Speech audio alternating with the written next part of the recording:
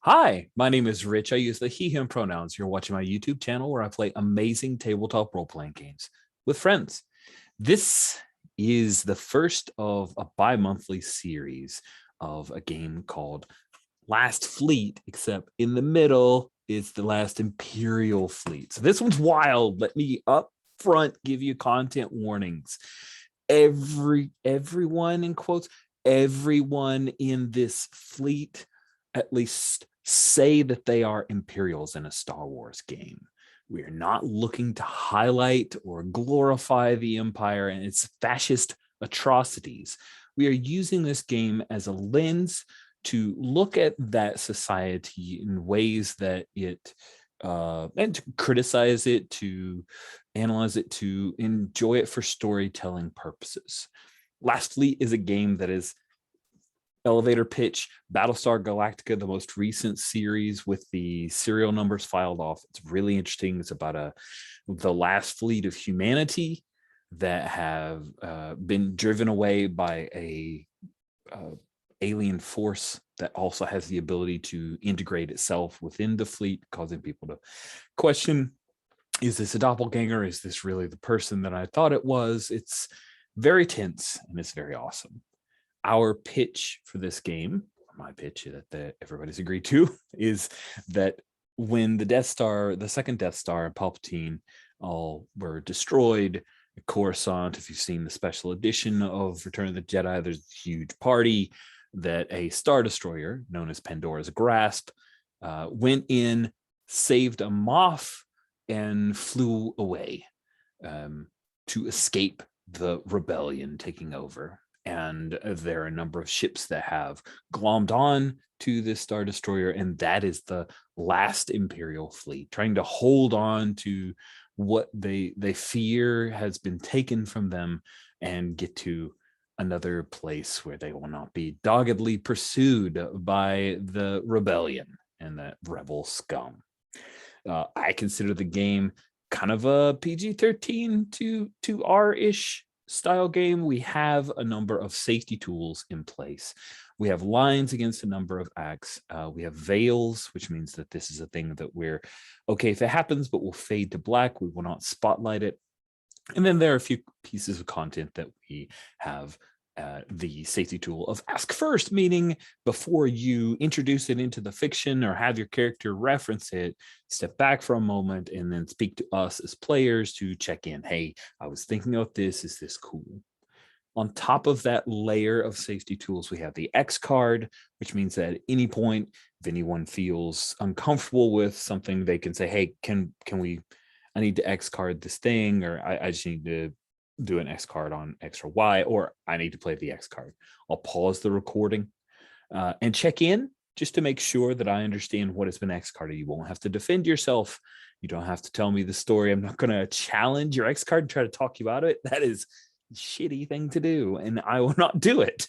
So I accept that you're an adult who's here to have a good time playing pew pew fun pretend games. And if there's stuff that ruins that fun, let's get rid of it. So the X card will become a tool by which we excise that. We'll move on and continue play. And hopefully I'll remember to hit the recording again. We also have the open door. Grown-ups, if you got a thing you got to take care of, go take care of the thing for any length of time. You don't have to return to the table if you're not able. If you can give me a heads up, awesome. If not, I'll give you a minute. If you disappear, I may give you a minute, pause, and I'll just jump past. We'll keep going. I also have that courtesy of open door, but I will definitely give you a heads up because it's on my Zoom, so I kind of have to. It's all good. What? Someone is bragging about their midichlorian count? Oh, no joke. It was in the chat, so it doesn't count. It's not canon. So this is our first full session. We had a session 0 last week. I'm super excited to see this game in play.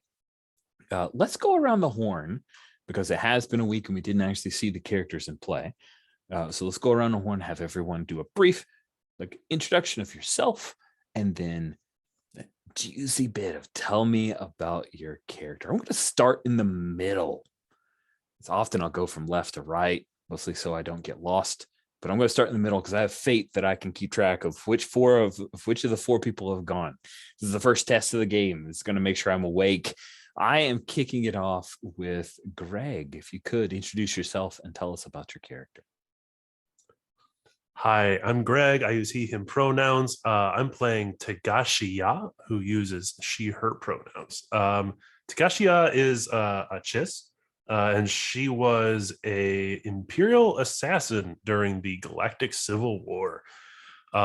She's also got the Lobot sort of cyborg thing behind her head. And she's got several of these of her limbs have been replaced with these like hollow prosthetics.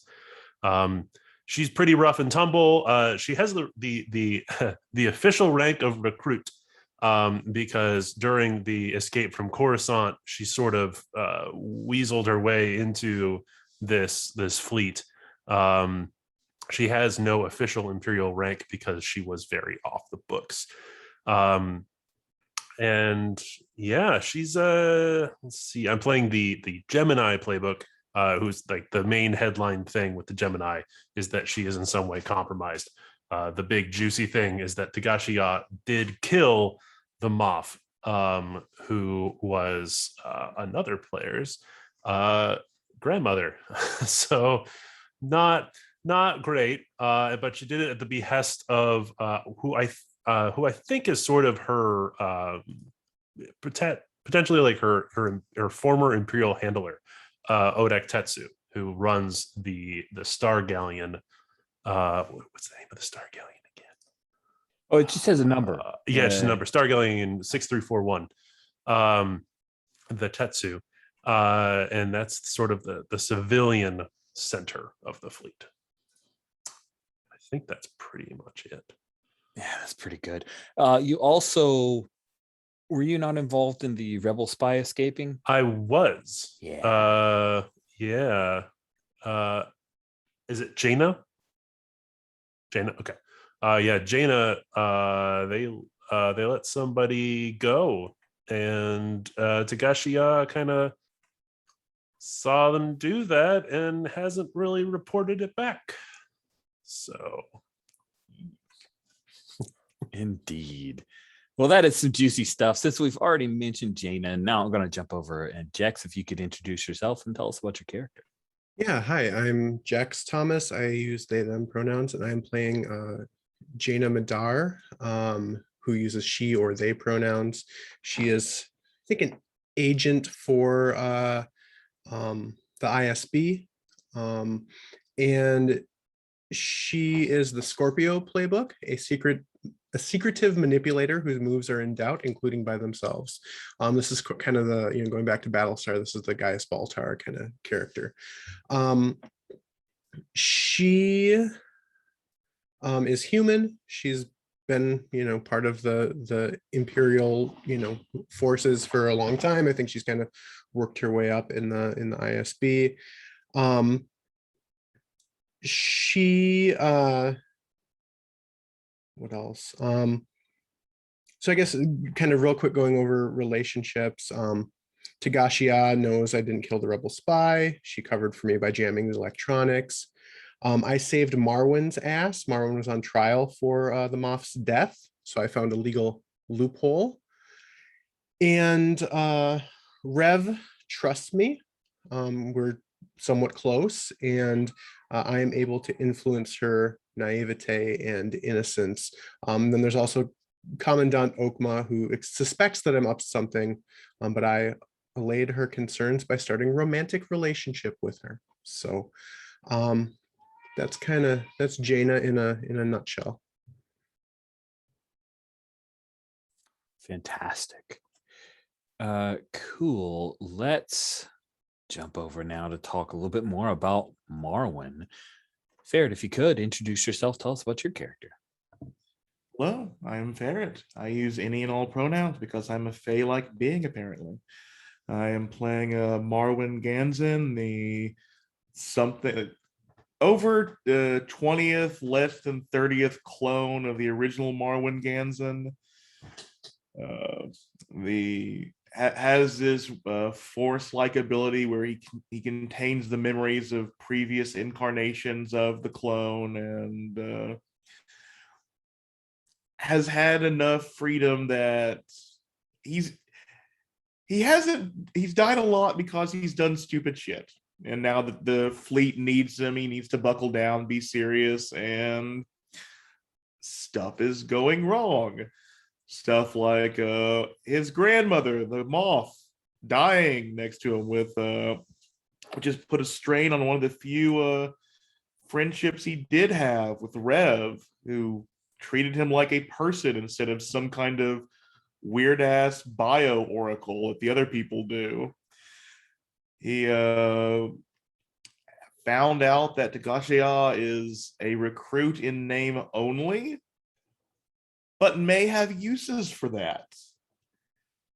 And his weirdo bio oracle visions have been focusing a lot on Jaina recently, and he has no idea why. And I believe the commander, or the commander, or Obok Vandar II grew up with all the Marwins, and believes that if Marwin is built for greatness, then Obok Vandar II must be built for beyond greatness. I love the phrase that we did in session 0 that you gave.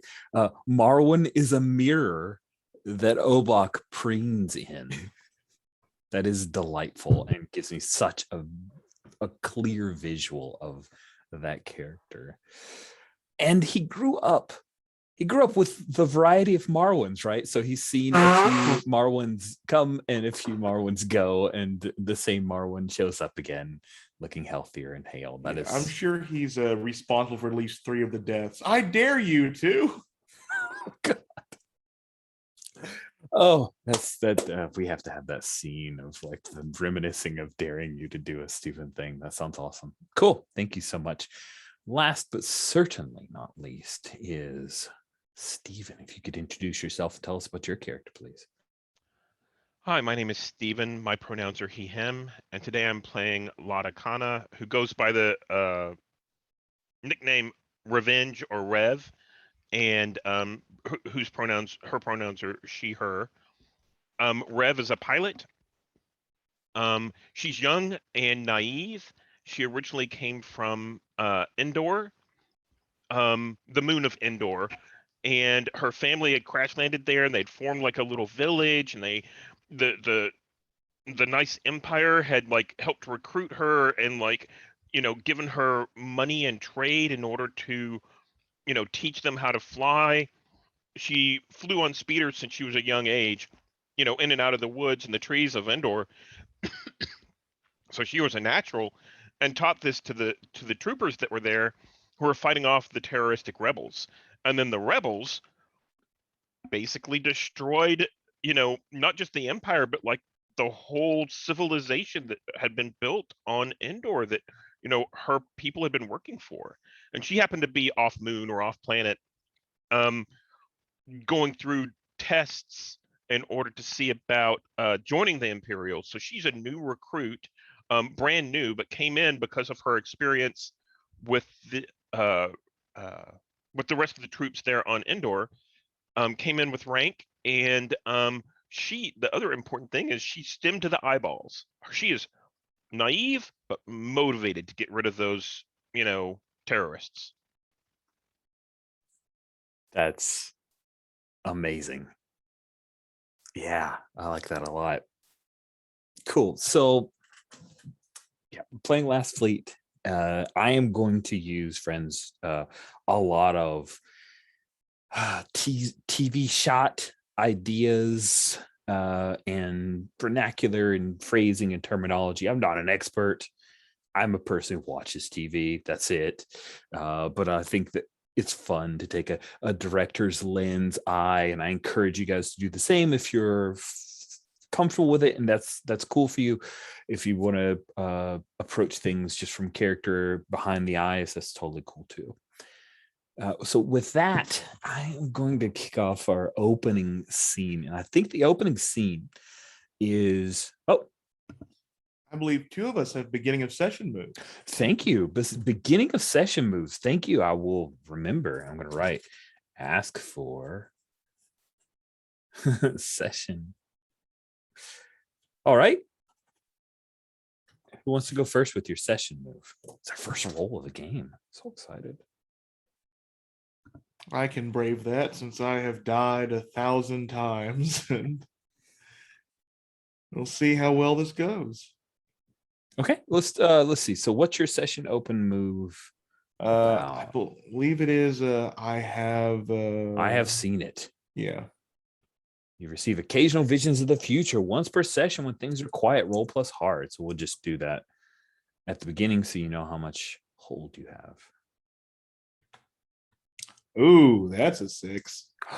Delightful. On a 6 or less, the GM describes a terrible vision. If the fleet fails to prevent it coming to pass, the GM sets momentum to a new level of their choice. Oh, terrible vision. Yeah, I like it. Yes, I have a terrible vision. I will foist upon you in moments. Who else has a session opening move? I have Sleeper Agent at the start of each session. If you aren't currently in the middle of dealing with the fallout from your last Sleeper Agent move, you've set something up to damage the fleet. Roll plus sharp. My sharp is a big 0. So this will be fun. Sleeper Agent is a cardinal move, which means that you will not only roll these dice, but you get the first XP of the game. And also, if I'm not mistaken, we can spend pressure to increase those rolls. True. Even after the fact. Only the non-cardinal moves you can push. Okay. You cannot push a cardinal move. So Marwyn could have pushed the move. True. With pressure. Okay.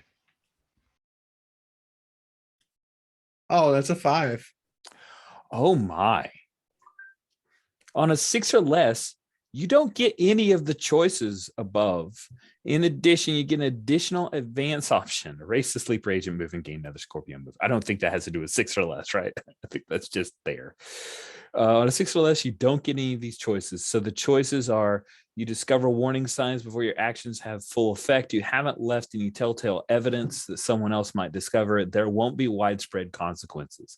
Meaning, at the GM's option, you will not discover warning signs before your actions have their full effect. You have left telltale evidence that someone might discover, and there will be widespread consequences. Those are all up to me. Now, do you have ideas of what Jaina is up to with this sleeper move? I mean, when I first read the move, the thing that immediately came to mind was, some sort of like planting detonators or charges somewhere, in maybe not in the, in the main ship, but somewhere in the fleet to kind of hamper us, cause us to sort of have to limp along. Lovely. Yep, we're going to start off with a bang with those 2 start of session fails. Wow. Awesome. Thank you, dice. The dice give, and sometimes the dice take away. We start off our series, our session, with the first thing we see some beautiful trees. Obviously not on the fleet unless there's some kind of weird botanical hab session, perhaps like an Athorian herd ship, or who knows. But very thick forest, beautiful blue sky above, and there's the first thing we see is there's a human woman, dark hair. She appears to be early 20s, young, and she's looking directly at you, and she says, "Yeah, Leda, you wouldn't believe, check this out." And she gestures, and it's as if you hear the low hum, like not an Imperial droid, but like a little cam droid. The putters around behind her, and she goes over and she shows some sap and reaches out, pulls this little blade and kind of cuts away at a bit of the bark, and you see that there's this sap coming down. She says, I found 4 trees just like this. I'm not sure what's going on with it, but don't worry, I'll figure this all out. And no, if an older version of that, much old. Sorry, there's a chat question. But yeah, she's got big blonde curly hair, appears to be in her 20s, and she's talking about, I'm wondering if this is a fungus. We've got to take care of it. And then as she's in the middle of it, there's this crack like thunder. And she looks up and the cam droid follows it. And in the sky, you see the shadow. And then you see this huge explosion. And there's a ring that comes out from it. And the feed cuts a little bit. And then you see that she's on the ground. And the cam like scans over to her. And you hear the crack and the sound of a tree. And she screams and barely moves out of the way. And she's running. And the cam follows her. And when she looks up, it scans up and you see just titanically large pieces, shards of metal start to rain down from the sky. And she's running, and then the feed becomes a little fuzzy, and then it cuts out. And we pick up where, Rev, are you watching this video? I think I'm in my bunk, and I think I'm watching this video kind of as a reminder, this is what they do.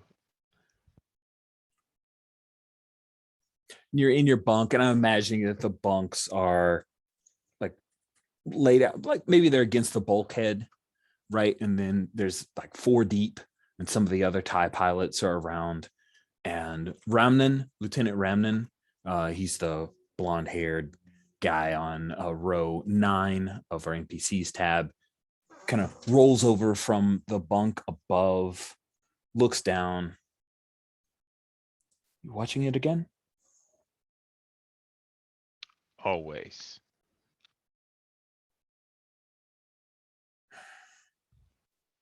The hate's going to burn you up. Well, as long as it gets the job done. I think I'm living on borrowed time anyway, so might as well put it to good use, right? Yeah. So we're going out in the hunters again. Yeah. Do you think you can handle it? Oh, I know I can handle it. I can't wait. Yeah. And then you hear that there's an explosion somewhere on the ship. Things rattle. A few things fall down from one of the bunks. The lights kind of flicker and dim and then come back up slowly.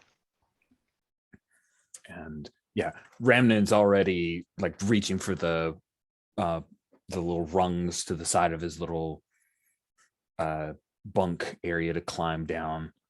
And people are like, there's the klaxon going on, the warnings of something has happened, something's gone wrong. I'm sure that I'm sure we're under attack. So I grab my helmet. I'm headed to the hangar bay, dodging, debris as it falls down.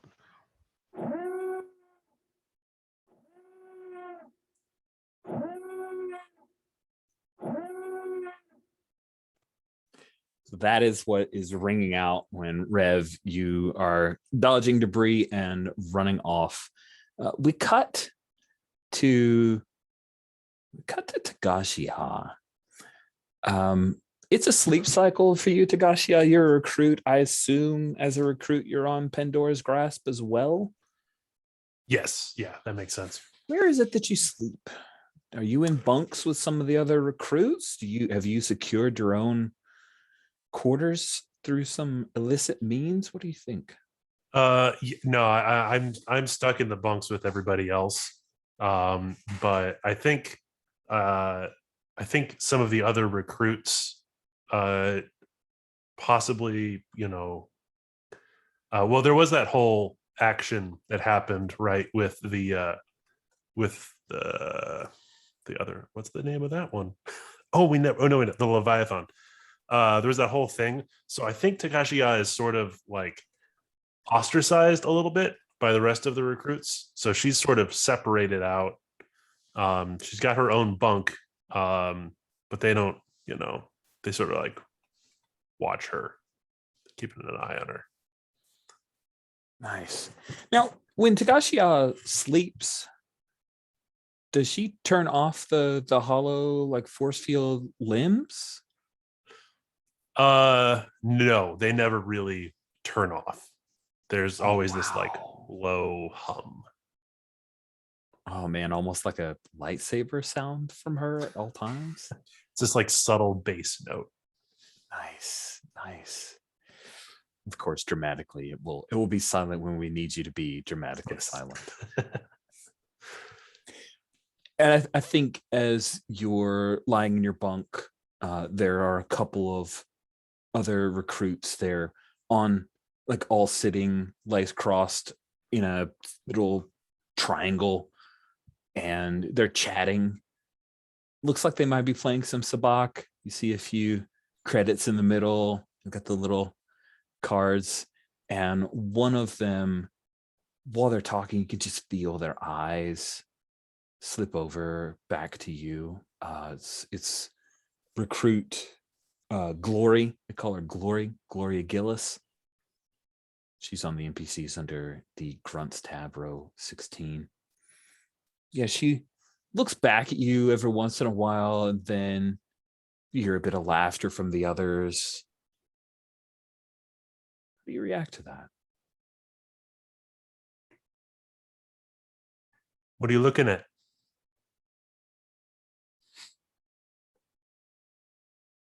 Oh.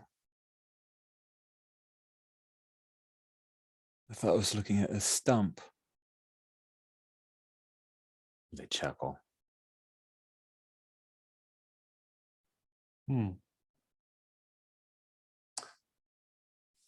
Tagashiya gets up, stretches a little bit, wanders over to their sabacc game. They're seated on the floor, right? I think maybe they're seated on. Oh, I guess it would probably be the floor, right? Because at first I said a bed, but a bed would be real small for 3 people. So yeah, they're just kind of seated on the floor, playing a little bit of sabacc, passing the time.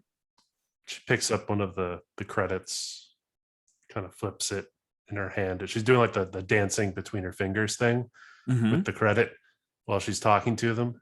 Is she using her right hand or her left hand? She's using her right hand. Yeah, so the hollow one. Just sort of spanning it between her fingers. Imperial regulations have pretty strong feelings about gambling on ship. One of the guys looks up. He is nervous. You wouldn't rat us out, would you?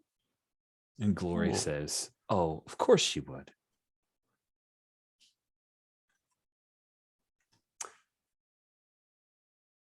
And man, is it letting loose? Yeah. Is punching her in the face letting loose?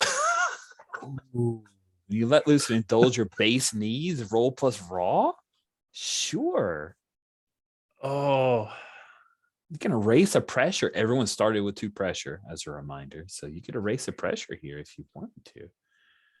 Let you charge up later. Yeah. Yeah, I'm tired of her crap. So yeah, she just she's got the credit on one hand and then just boom, right. Nice. I love it. And she's giving you that idea. Of course she would, she says, and she mows at you. Let's see you roll plus raw. Get a 1 in that. Pretty good. And this is a cardinal move, so please mark an XP. Wow, you're so good at letting loose. On a 10 plus, you choose one option from the list below and decide the details. Oh man.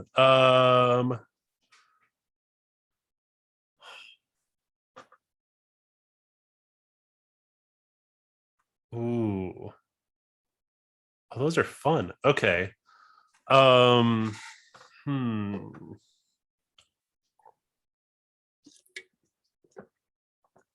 open to suggestions if anyone is looking at those and thinks there's one that makes sense. I think like a reflavoring of you end up in the arms of someone you shouldn't could be like this gets reported. Wow. It's Yeah. way different. Yeah, but I do like. Well, I mean that could also be alienating someone that matters to me, right? That could be, I'm supposed to be keeping kind of a low profile here, and I think this probably gets back to Odek Yeah, about he probably vouched for me, or one of his subordinates vouched for me, right? So yeah, and I punch her. I don't like. I try really hard. I don't put her out of commission or something, but yeah, I punch her. The cards fly. The maybe Tagashiya like pockets some credits very quickly in the scuffle. I imagine that the other ensign, the other recruit who was like about the Imperial regulations, just like runs out the door. Fight! And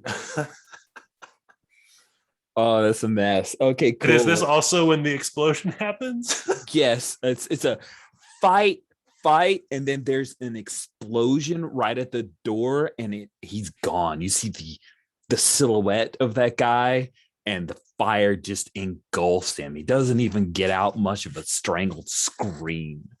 And then Oh shit. yeah, and then that's when the vacuum starts to pull you away towards it. Like this is venting into space. Yeah. And so what's the last thing we see before we cut away from you? What is Tagashiya's reaction? So so punches, explosion, it's venting, and like immediately Tagashiya there's like emergency or something, air, like there would be like on an airplane, there's like the mask, and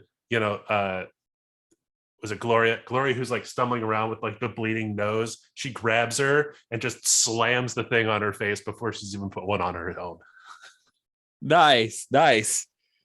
Yeah, so cool. Yeah, but there's this like strong suction, and I imagine that someone has to get to the console to turn on the force shields right at this point. So that's the last moment is you realize what's going on. It's not an automatic thing. Let's cut to Jaina. So we know that you have, as a sleeper agent, done a bit of work here. Your plan was to plant some detonators not on this ship. So when we pick up, are you returning to the Pandora's Grasp, or do you want to actually see some of the on screen of you doing this work? No, I kind of like that sort of coming in on the scene of, me in a shuttle kind of coming back to the Pandora's Grasp. Cool. Yeah. So you're on the shuttle. Are you piloting it yourself? Do you have someone that you've ordered to take you? Yeah, I'm a lieutenant commander, right? So I probably can order people to do a lot of different things. So I definitely have some underling, recruit or something piloting me. Oh, it's Ensign Levi. Okay. Down on row 16. Ensign Levi, who, I mean, do we want to say it's a Lambda class shuttle? Like, the cool, like 3-finned, awesome Vader shuttle deal. You're all in it. It's nice. And it's heading into the hangar on Pandora's Grasp. And as you're going, Ensign Levi says, Thank you very much, Lieutenant Commander Madar, for giving me this opportunity to pilot you around. Just like looking at, I don't know, it's probably like a, like a hollow file of something. It's kind of like looking through. Wait, what was that? This is my first non-simulated flight of a Lambda class shuttle, ma'am. Oh, I wouldn't have asked you if I knew that. You did great. Thank you. Thank you very much. I just before all of this, I had just gotten out of academy. I graduated with honors, sir, ma'am. Good for you. I'm sure your parents are very proud. And as you're going through the thing, you hear weep, weep, weep. What? Oh, that's a bad sign. And when you look up out of the Lambda class shuttle, you see 6 X-Wings come out of hyperspace, and they all just like in a row. These guys are tight, like Blue Angels level of skill as they come in and they start streaking towards Pandora's grasp. And then you see a pair of Y-Wings come in right behind them. And it's like they're already locking in an attack run. What do you do? I mean, I think the first thing I do is yell, "Ensign, evasive maneuvers." Yes, ma'am. And, yeah. And I don't know, like, I don't know if this is okay for me to like angle for this. I would really love to have to weather serious harm in some way right here. So I don't know if maybe like yelling that was definitely the exact wrong thing to do, because it just puts this guy more on edge. He's already on edge, and he does not do a good job of taking evasive action. Oh, poor guy. All right, awesome. Dang it, Ensign. Dang it. You had your opportunity and you blew it. Boom. And is it a thing where do you imagine, number one, he attracts the attention of an X-Wing who fires on him? Okay, don't even have to go to the future ones. It's one of those where he banks hard and you get thrown a little bit. I don't imagine that you're a seatbelt kind of lieutenant commander, so you get thrown a bit, but then whoop, whoop, whoop, whoop, whoop, as the X-Wing fires on you is just enough to attract the attention. And yeah, that's not good at all. Go ahead and please weather serious harm as the console explodes and the Lambda starts and kind of skits. And I imagine one of the fins bounces off of part of the Pandora's grasp. So he was coming on a final approach. I love that. So I roll plus hard, which I also have 0 in. Oop, I think I have to refresh I lost connection to the game server. You got a 4. Oh, it did go through. Okay, well, I'll take. Yep, there it is. Cool. I think when you weather you serious, can push it. That's true. You can on a 6 or less, you feel the full force that you are out of control, lost, trapped, or helpless. The GM may start a doom clock. Oh my God, that sounds great. But let's. Do you want to push it? You need to mark some pressure. So it's 1 for 1. So I'd have to mark. It is. You can mark up to a maximum of 3 pressure. And what happens when you get to full pressure again? Then you immediately, well, not immediately, but you have to hit a breaking point. You can't mark pressure, any more pressure. You can't reduce pressure once you get to 5 until you hit a breaking point, which starts on row 48 of the characters tab. Okay. Yeah, I'll do that then. So I will push it up to a 7. All right, that's probably a good call. Yeah, you started off and lost your character. That would suck. Awesome. So with pushing that up in weather serious harm on a 7 to 9, it hits you hard. The GM chooses 2 and may pick the same one twice. So you've already marked 2 pressure. Oh, you are injured or for pilot.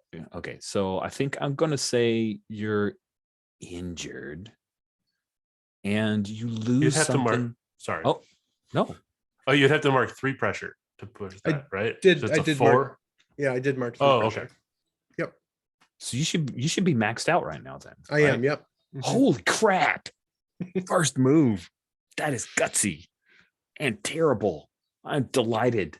Good work. Well, I can't make you mark pressure. You're injured. I'll say how it's slowing you down, getting in the way, or putting you in a spot. Do you have an injury that you want?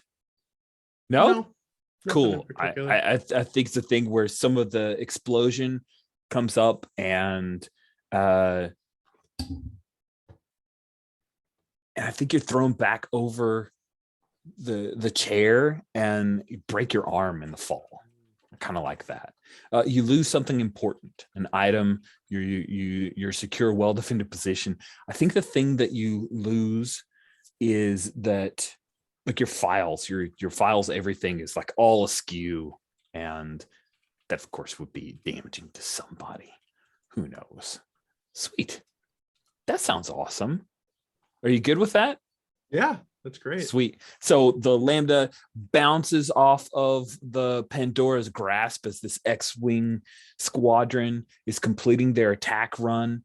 And we see the thing just kind of rotating a little bit. The engines, the white light of the engines are flickering, and the entire ship looks like it's starting to lose cohesion. Maybe some of the critical systems are failing. And we will cut away from Lieutenant Commander Jaina Madar to, oh, yes. You have Can I make thing? a super quick suggestion? Yes. That the files were personnel files, including a report on Rev's stim use. That's You great. cool with that? Oh, are you good with that, Steven? Oh, yeah. Yeah. Perfect. Oh, such a good suggestion. Thank you for that. Oh, twist the knife. Love it. Good. Then let's cut to Marwyn. Marwyn. You have a vision, right? That was your start of session maneuver. I have seen it. When do you have these visions? Is this comes to you in a dream, interrupts you when you're doing other things? What do you?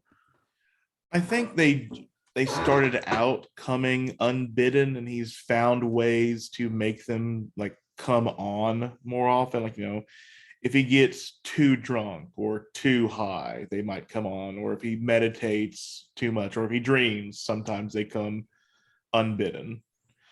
And I think he may be like we might catch like if it's okay, like he would be meditating like near where his grandmother's ashes are kept on the ship. Oh, interesting. Cool. Good. So, and her ashes are kept on the Pandora's grasp where your cloning and all that stuff is. Okay, sweet. I like that a lot. I imagine this is like kind of like the like Japanese things, like the halls of where the ashes are kept, like all these people. But of course, like the Grand Moff has like her own like pillar to like, so no one else is there but the family. Oh, that's cool.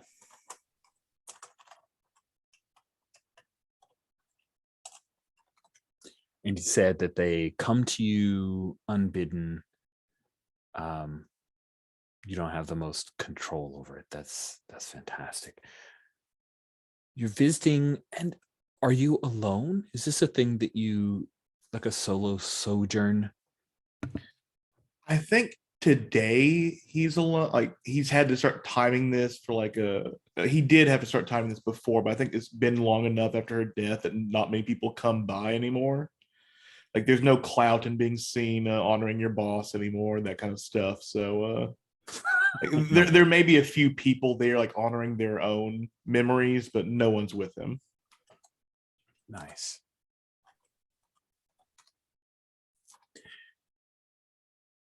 So you're visiting with your grandmother's ashes. And this isn't a performative thing, right? Nobody else comes around. So why do you come here? Do you come to talk to her? Do you come out of a sense of duty, honor? Why are you here? Both to talk And like I think he's trying, like, as he's found like certain ways to make the visions appear more often, that he is trying to stimulate one. Like he doesn't know if it's her in the afterlife or whatever out there stuff may be, but he's trying to get some help. Nice. Oh, that's really, really interesting. So Moff Ganzen. And I imagine there's like a very beautiful. Do you imagine it's just a stark column with the ashes in a urn of some kind? Do you think there's a picture of her so that people know? I imagine it's like this like almost golden, like she like the thing from 2001 Space Odyssey, but gold and reflective, like chrome gold. And has like a picture, like a holographic little Leia, but of Moff Ganzen spinning around, and has like this little plaque of her accomplishments and like dates and times in the Imperial office and like things she had done, like like and maybe even things like, on this day she signed into law the what we remember today as kind of bullshit. That's cool.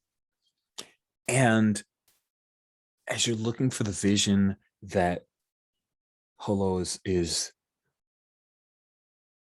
rotating around, and you could swear that you saw her blink.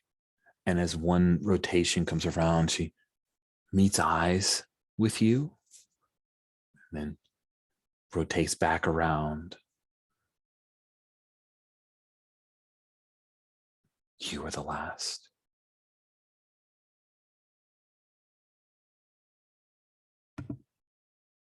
The last what? The last Ganzen. There will be no more. I think he thinks back to the tank. He thinks back to his siblings, or well, it's not siblings, but like other families. Does that mean every last one of the family is gone but me? You are the last. I think there's this moment where he backs up and backs in to someone he doesn't even know is behind him. And the person behind you is, of course, Commander Obak Vander II. Marwin, it's good to see you, oh boy. I came to pay my respects, of course. Turns around, like pale as if he has seen a ghost. There's still a me in the cloning vat, right? A me that's not me, but the one I come from. What, of course? One of your backups? Of course. Okay. I've working on getting enough material for a fourth, fifth. Don't worry, Marwin. I need to go get a message to one of my cousins. I haven't heard from them in a while. I'm getting a bit worried. Are you? All right. Well, come along. And he reaches in, puts a hand on your shoulder. It's about as friendly a gesture as he offers. He's not a hugger, So the two of you will be heading towards a comm station, try to reach out to one of your cousins when you get this sharp white pain in your head and your vision. It's like you don't see what's in front of you anymore. Instead, you see Lieutenant Commander Jaina Madar. And she has this pack. She's pulling out a thermal detonator and just using the magnetic function of this particular detonator, clicking against a console, turning on the red button that we all know means this thing is armed. It blinks, bling, bling, bling, bling, bling. And you recognize this is one of the ships. It is not Pandora's Grasp. Which of the ships Do you recognize this on Marwin Ganson?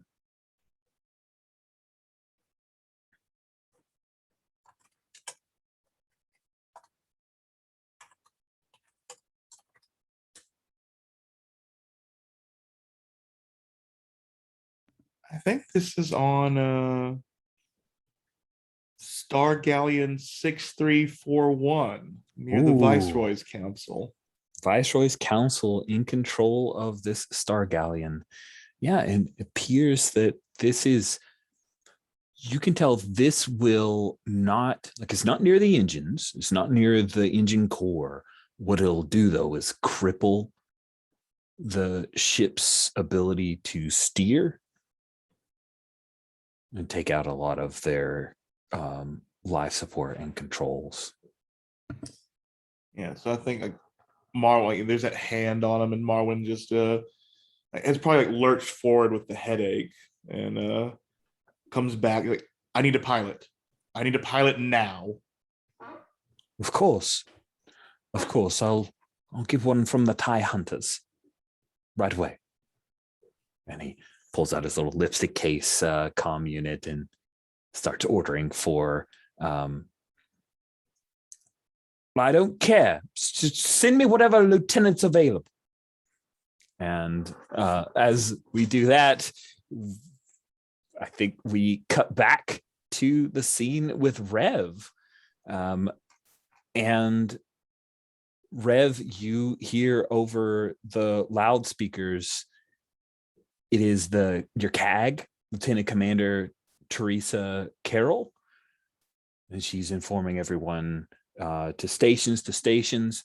And then she says, Rev, I need you. Come to Hangar Bay 3. And I think we see Rev, she's racing down the hallway, and we see as soon as that happens, she's put on her helmet, and she kind of turns that, a corner at the next corridor and starts kind of going up a little bit towards the new hangar base spot. Yeah. Yeah, and I think as you split off Romnan and Kandra, the two lieutenants in your unit, they're like, we'll kill an extra X-Wing for you, okay, Rev? And Ramnan says, yeah, but I'll be marking it on my TIE. But don't count me out yet. Yeah. Cool. So they're running off and like throwing on their helmets and jumping into their TIE fighters when you head into 3. And I think we're just going to smash cut to Marwin coming into Hangar Bay 3. I don't imagine that with TIE fighters coming after you that Obak Vandar is with you. He just maybe sent someone to escort you. So there's a stormtrooper, get our first stormtrooper appearance, like a stormtrooper escorts Marwin Ganson. And this TIE Hunter has it's a 2-seater, right? Mm-hmm. Cool. Just like we see in Force Awakens, right? Where there's a seat kind of behind.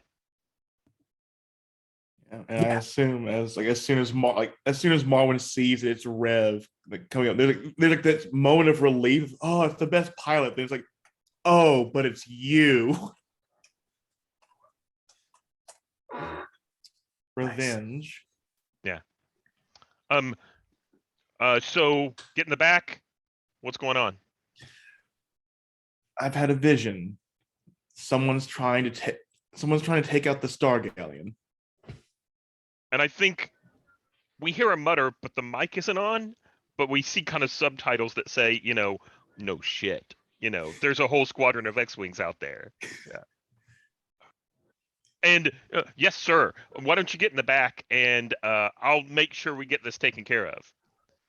And hops in and starts, twisting the little knobs and getting things ready in the Hunter. What is the? Have you seen the status of the enemies outside?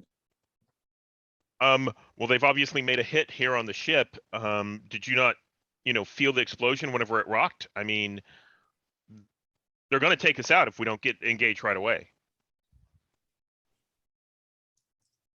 Oh shit! And well, they're going. If we do not act, something will be taken out no matter what. You have your orders. Get us there. Sweet. Cag Carol says, Rev, do whatever Ganson needs of you. But if you can come back around to give us an assist, this squadron is hitting us pretty hard. And then we hear some explosions in the background. The TIE Hunter, when you take off, you see the Star Galleon is like peeling away from the Pandora's grasp because it looks like the X-Wings are focused on the Star Destroyer. But Rev and Marwin, you both see that there is a Lambda class shuttle that is slowly hurtling, kind of inert in space. Engine flickering, looks like it took some damage, and you catch the panicked distress call from an ensign. This is Ensign Levi. I'm on Lambda class 438. We're losing engines and we're losing life support. Can anyone come out here and help us?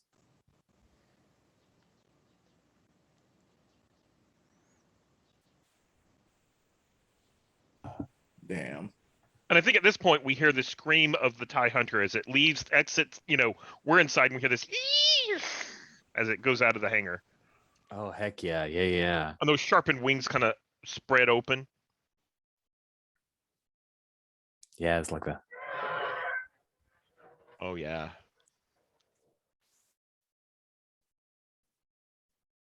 Sweet. Yeah, so you guys are taking off. You see the Lambda, you see the Star Galleon. I'm going to cut away from the decision point to come back to Tagashiya. Tagashiya, you just slapped an air mask on Glory. I think you knocked her ass out, right? Like she's gone. Like you maybe we see a tooth. It's kind of like an homage to the severed arm, like we see a tooth, bloody face, nose broken, all that stuff. You got to relieve some pressure by taking it out on her. One of the ensigns that was in your unit, one of the recruits in your unit, is done for. These guys are scrambling. No one has made it to the area to turn on the force shields quite yet. And you realize the moment you get up that vacuum pressure is probably going to yank her along, right? Because she's passed out. What do you do? Oh, so just so I understand the stakes here, the room is venting. It's going to take her with, so I can basically hold her here or fix the room. Or come up with another, yeah, okay, another reaction.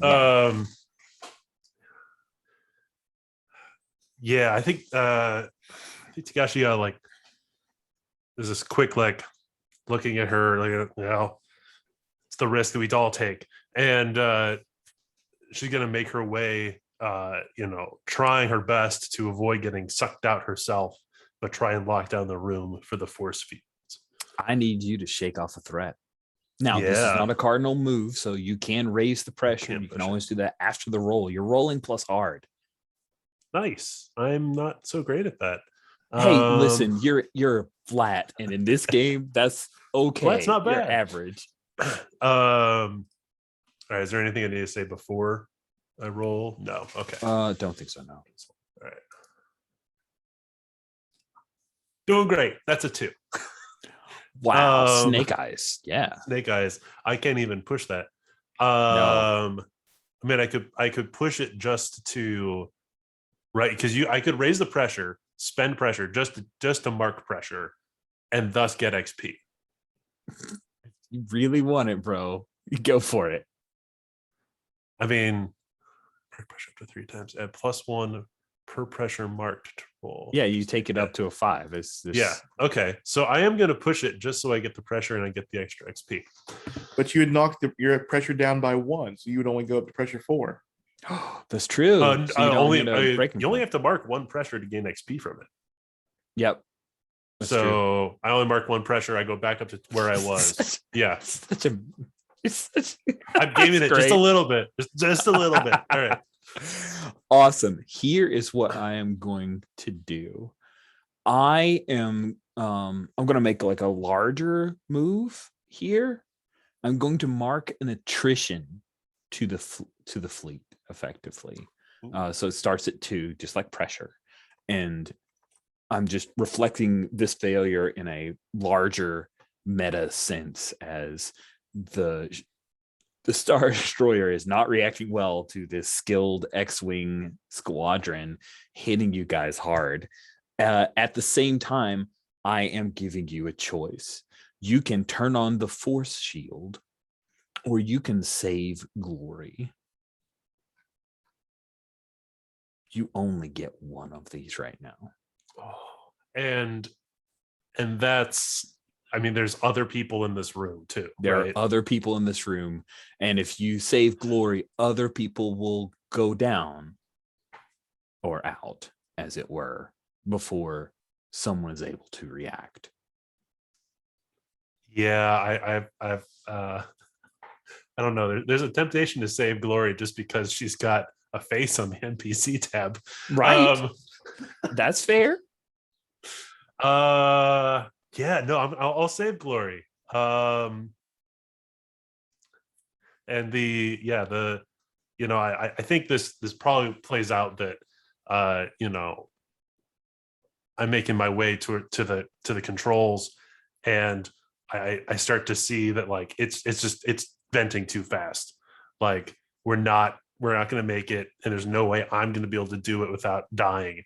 So like I pop open another door and shove passed out glory in it and hit the, I pull out the blaster, Star Wars style. If you shoot the door, it locks and seals.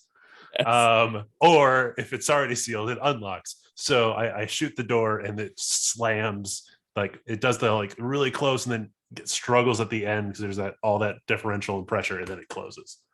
Sweet. And now you're alone in a room that is out of oxygen. Like it is at the point when you close it, gravity starts to go away in this area as the lights flicker and you see the explosions outside the vented area. It is incredibly cold. So yeah, what are you going to do, Tagashiya? Oh, I thought I was getting. You got you're both on there. You're on the other side of the door. Maybe I'm missing. I don't know.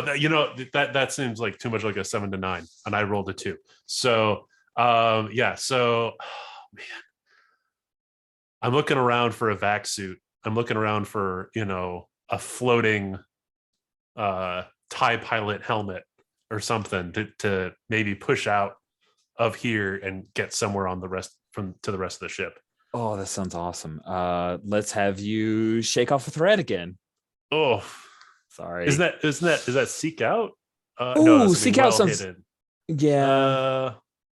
No, that's more investigation-y thing. It is, yeah. I think unfortunately shake off is, if I'm gonna force you to move, then that's what you're doing.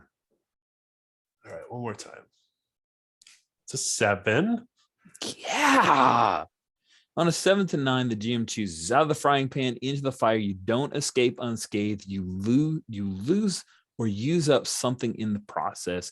The threat intensifies, escalates, or targets someone else. Okay. Sweet. I am going to say you don't escape unscathed. That makes total sense. I'm going to have you weather serious harm. Ooh. But in the doing so, the threat is de-escalated in some way.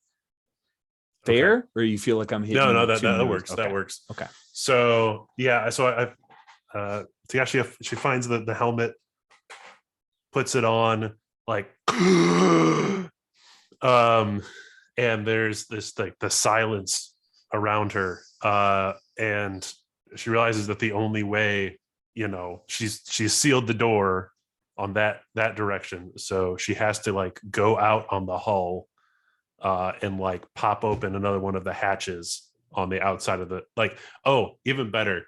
Okay, so there's like those turbo laser batteries on the side of a Star Destroyer, and they've got those force fields, and they've got the people behind them shooting the guns out. She has to like crawl into one of those with the guns firing out at all the ships. Awesome. And I think just as like when we pull back, you see Tagashiya moving through 0G in the room to the outside, and you're going past the floating bodies, and like one of the other recruits is holding on to his neck and then asphyxiates, and you make it out. But let's see you weather serious harm as you do Oof. this And that's crazy action. is that also plus hard, or was that It is plus hard. hard? Okay.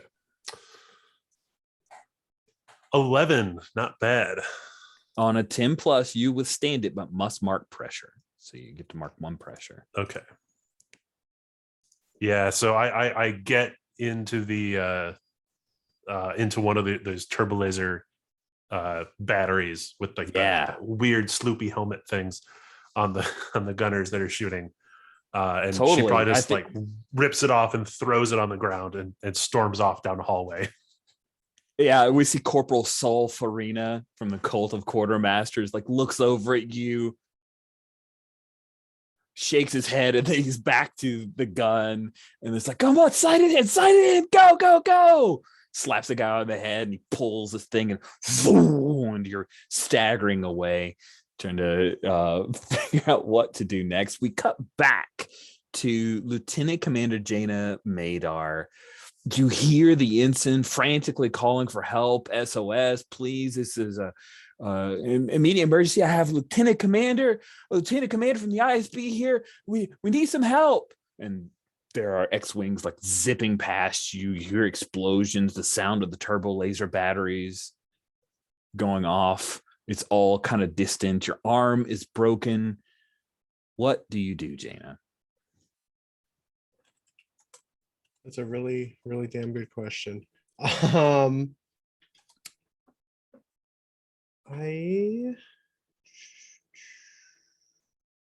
mean, I think first I realized that the files are kind of scattered around, so I kind of like look around for those. And I guess I'm having a hard time kind of figuring out what I can do here. I mean, you can easily take command and you could try to work on repairing the ship in some way. You could try to pull some strings to get someone to come prioritize you. I think that's what I'm going to do, since we already have Rev at this decision point, and I have I have a relationship with Rev. I think that's what I would do is I would take the comm away or whatever and get someone out here to help us right now. And I feel like it's anticlimactic to be like, send Rev if you can. But Rev, you hear the voice? Yeah, I think that's what it is. Yeah, that because it's going out to everybody.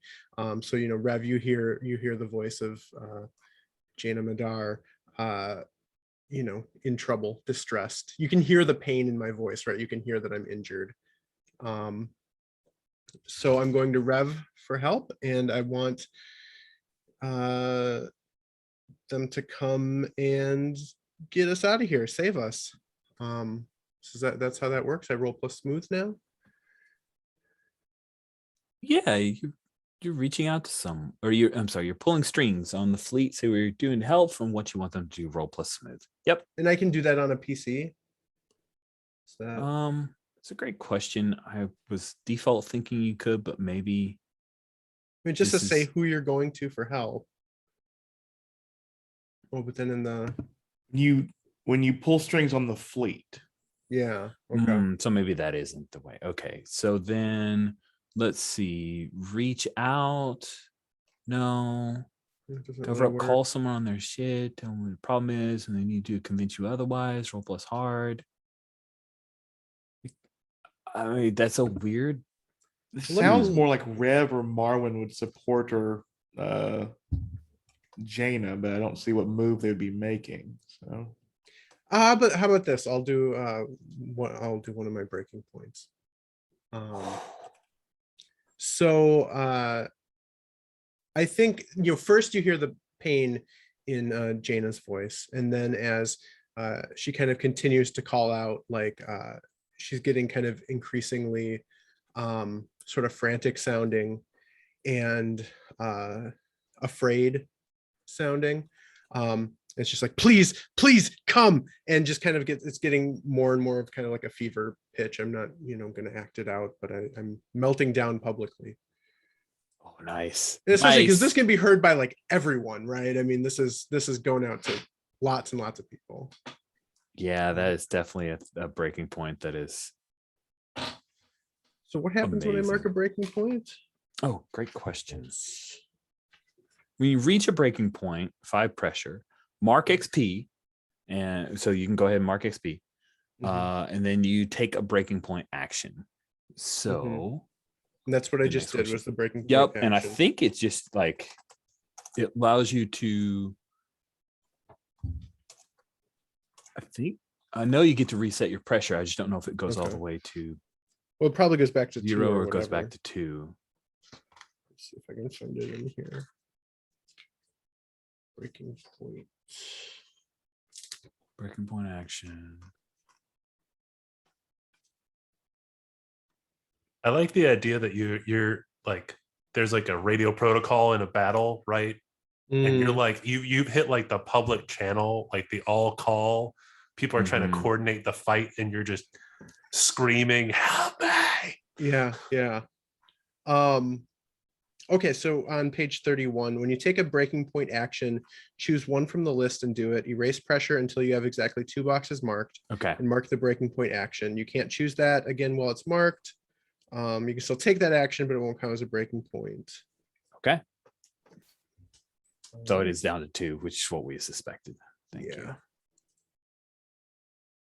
Yeah, Imperial radio etiquette is pretty clear.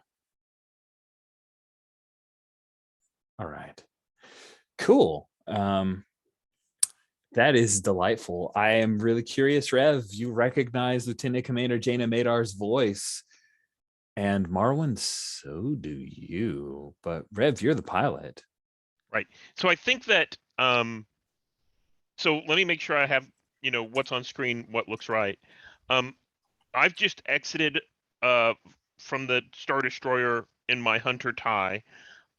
We have a floating out of power Lambda shuttle that's been damaged, that's kind of uncontrollably tumbling. And then we have the ship that it was going towards, where the hangar bay is, it's kind of peeling off, and that's where Marwin wants to go as well. Is that right? Marwin wants to go to the Star Galleon. Yes. Yeah. The Lambda is where Jaina is calling for help. Perfect. And has kind of lost her shit. Yeah. So I think in this case, what I'm going to do, in addition, Jaina outranks both of us, right? Yeah. So I'm going to flick onto the comms and basically say, I've got this handled, incoming, and clear the radio for everyone else, and then click it back off. And I'm going to take off and head down where the Lambda class shuttle is, taking pot shots at X-Wings as they come by, just to kind of clear out the area, and then push it. Basically, I think we see the TIE kind of scream up and then turn sideways and match the rotation of the Lambda shuttle. And basically, we see on the viewport of the TIE, the shuttle's getting larger and larger and larger, and then I give it a little kiss and I push it, and I'm going to push it into the shuttle bay. Cool. Yeah. So you're basically guiding the Lambda towards the Star Galleon. Yeah. Look at you doing the whole like answer both. Nice. Ferret, did you have a thing? Okay. Sweet. So Lieutenant Commander Jaina Madar, you see this TIE Hunter come up and nudge you towards what's your reaction? I think even better, if I may say this is literally like nose to nose, because the way it's tumbling. So we see, each other in the, with this paneling of glass between us. Yeah, that's cool as heck. Yeah, I mean, I think that, probably Jaina and Rev make eye contact, and then Jaina's like, no, the other way. Because she does not want to go back to the Galleon because she knows something bad's about to happen here. That's awesome. The other way, and Ensign says, "Don't worry. This like he's seen you freak out, so he's trying to calm you down as the Lambda class shuttle like skids along, metals throwing up, and I think that's a great like cut to commercial break point for us, right? Cool. So take a break. During break, Stephen pointed out that we could have made that a role for Rev getting the Lambda class and the TIE Hunter itself. And I think that's a great idea. So I also want to see our pilot in action and doing moves like that. So let's. What move do you think that is? Let's see. It could So be pilot. yeah, go ahead. Oh, sorry. Shake off a threat, support interfere with other pilots, seek out when scouting. So you're not scouting. So I don't think it's engage in battle. It feels like you're shaking off a threat, right? Okay. Yep. All right, roll plus hard. Snake eyes. Yeah. Oh man.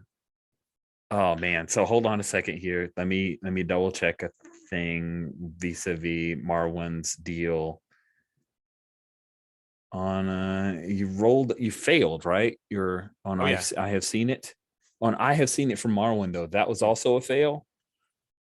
So I think that my miss thing is yes, you do get the Lambda class shuttle onto the Star Galleon along with the TIE Hunter.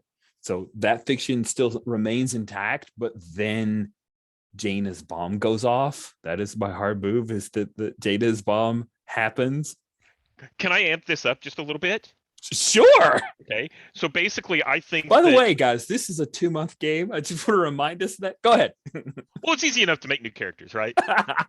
But yeah, so I think that what we see on screen is we see that there's this masterful moment where the two ships kind of link together, and we see them kind of push back into the hangar bay, and that little force field kind of envelops the two of them.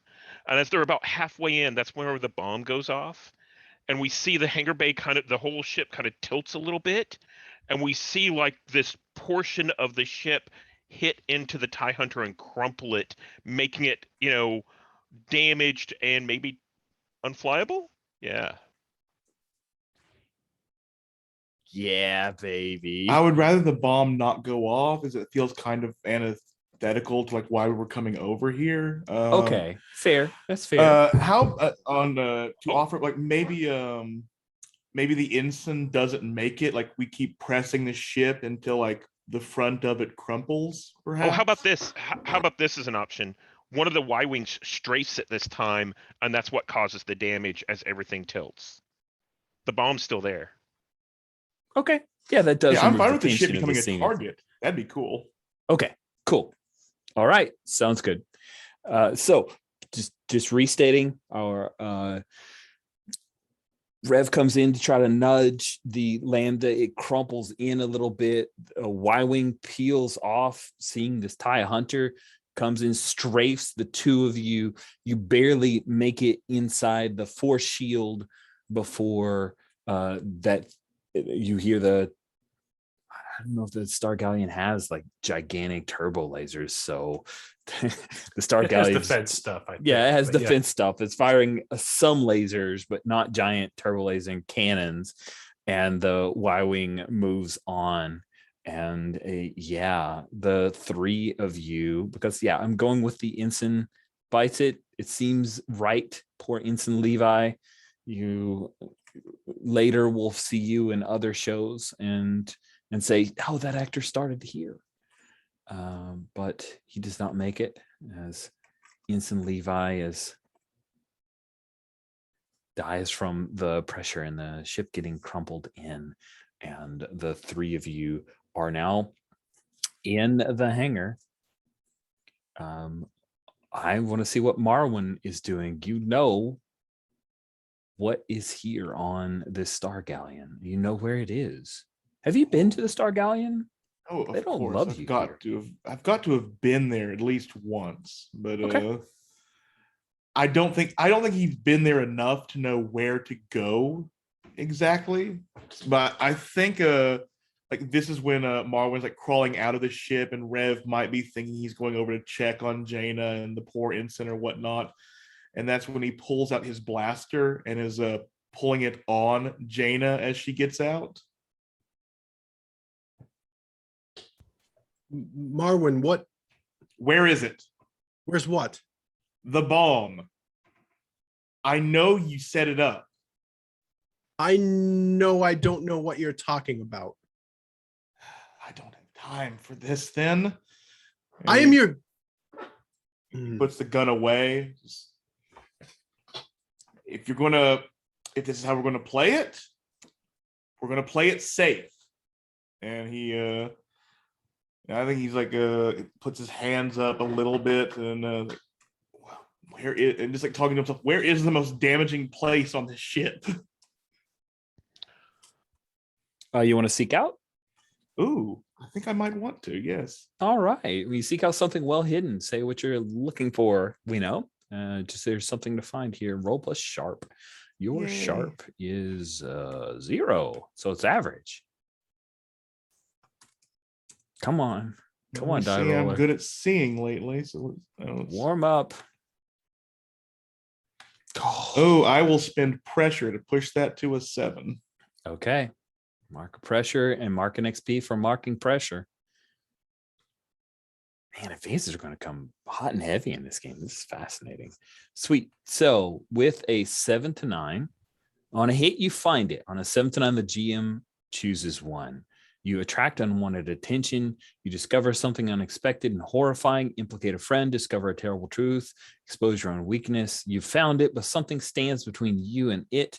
Your investigation takes a long time. A long time is super boring. Yeah. So I will not be choosing that one often.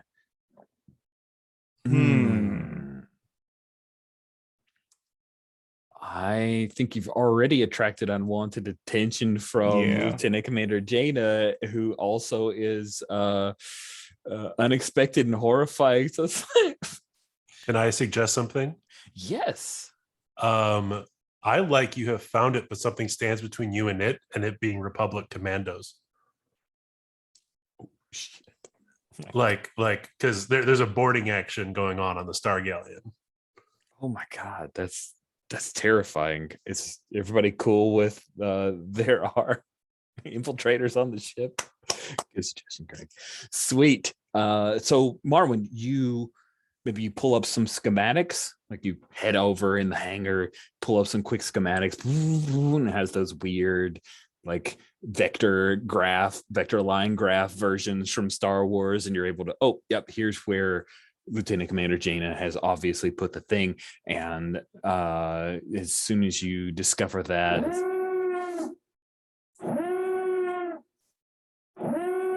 you hear the klaxons going off, and over the loudspeakers, someone is saying, "Alert, alert, we have been boarded. There are rebel scum on the ship. The Star Galleon is under attack."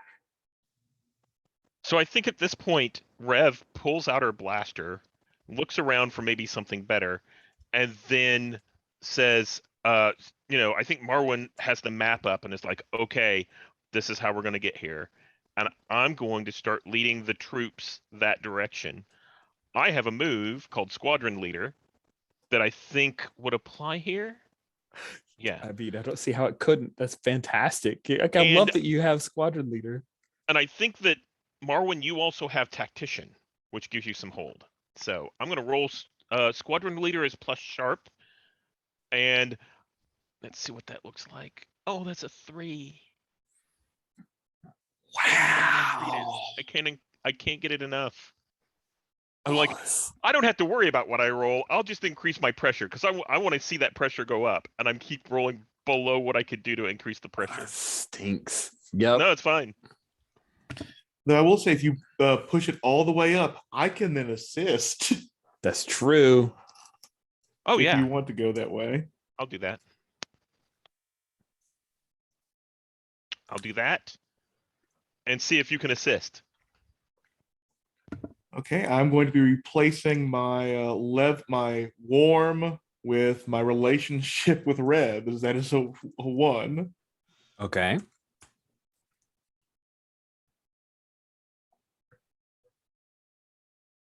Yes, I can help. That's a 10.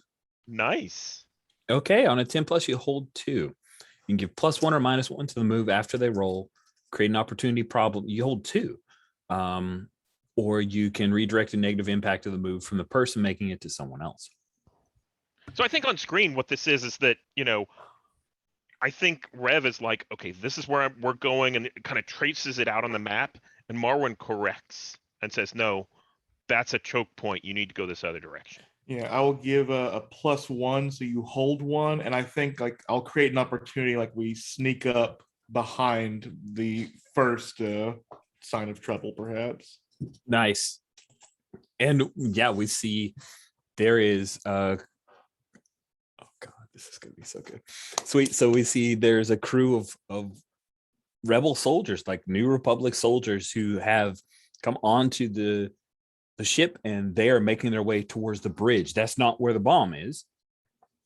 So Marwin, Rev, you, and I don't think there are stormtroopers on the Star Galleon, right? These are just Imperial troops, like Imperial Army troops, grunts. They've got blaster rifles.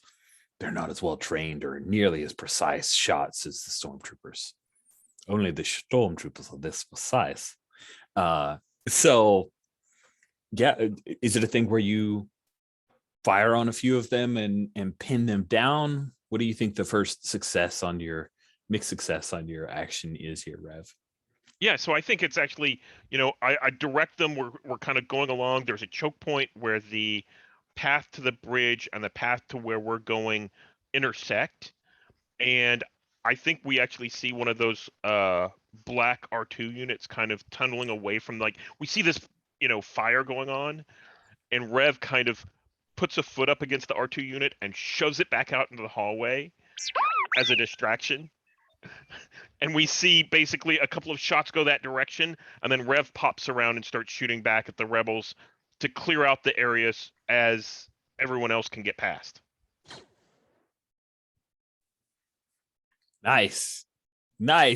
So I'm going to check in with you, Jaina. You see Rev and Marwin, and they have commandeered some of the Star Galleon's Imperial troops to repel these invaders, but they're going for the Marwin's as much as told you. He's going to turn off that detonator. What are you doing, Jaina?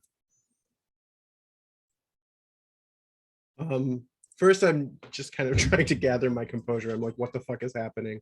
Sort of straightening my uniform. And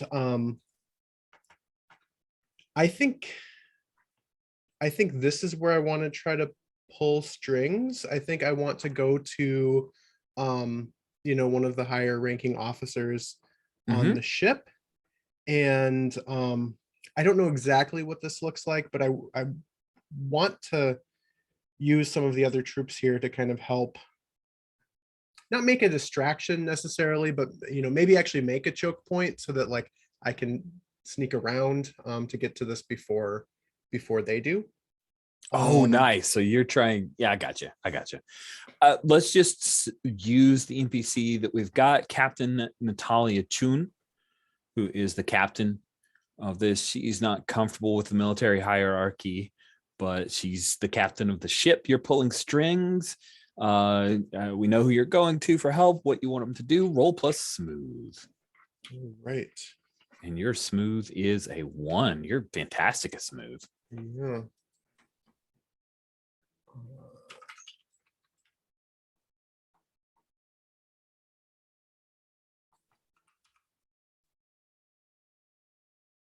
Wow. A natural 12 plus 1 is 13. Boxcars. I mean, this is what I'm supposed to be good at, right? This is what you were built for. Okay, on a hit, choose one. Gain help with a task, gain temporary access to something, change people's behaviors on the fleet at large. I mean, I think that this would be gain help with a specific task. Okay. And then hold 1 towards choosing an option from support or interfere. Oh, that sounds awesome. Yeah.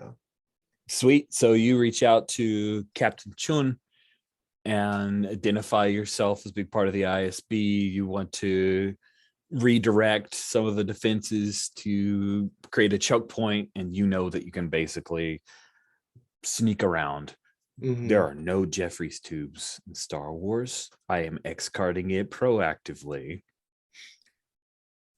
Don't say that term. Two things that tweak me in a Star Wars game. Do not say what percentage the shields are at. Do not go into Jeffries tubes. Everything else is pretty much, I'm like good with it. But for some reason, those two feel so very Star Trek that it takes me out. So I'm taking myself out by X-carding those proactively, friends. Maybe I should stick those in lines of veil. It's just a line on percentages of shields and a line on Jeffries tubes. That's it. It's going in. Okay. Cool. So let's see a quick scene. What does Lieutenant Commander Jaina Madar look like? You've bought yourself some time. Mhm. Yeah. How do you think you're reaching it? I mean, we're going to cut away from you once I have a general idea of what we see. I mean, I think I definitely, when that sort of, I stole a glance at that the map as well, and I think I just kind of like, I look around and make sure there's no one like staring at me right now, and basically just kind of start booking it in a different direction than they just went, but one that's going to ultimately get me back to that same spot. Sweet. So and if someone wants to object, that's fine. But to me, this feels like we're engaging the move cover up. Yeah. Oh yeah. Okay. Yeah. So you get to roll plus smooth, and we're going to cut back to our lovely Tagashiya and see what she's up to. Okay. That is a 12 again. Wow. On a 10 plus, they buy their deception as long as no clear countervailing evidence appears. So I think that Jaina, by throwing in this choke point and circumventing, you're able to get in, snag the detonator so that there's no evidence of it ever having been there. Yeah, that's cool. So let's cut away from there. I want to see what Tagashiya is up. Last thing, you crawled in through the turbo laser battery, shrug that off, and yeah, I want to toss off retcon. Oh. Yeah, I tossed up the helmet. I was just going to retcon that I left the battery. I'm going to stay in the battery because Tagashiya does not, run from a fight. Nice. So I think she might even go over and just like pushes one of the gunners out of the seat. And maybe like she like reaches behind and grabs something from her Lobot thing and plugs into the turbo lasers. Yeah. Like she's gonna go hard now. That's awesome. And when you do that, when you shove scum. that guy out of the way, there's like all these little plastic wrappers from like candies this guy's set up over time, and you like shove him out of the way, he slumps to the floor, complains. Corellian you're jacking. Yeah, exactly. Corellian Chew.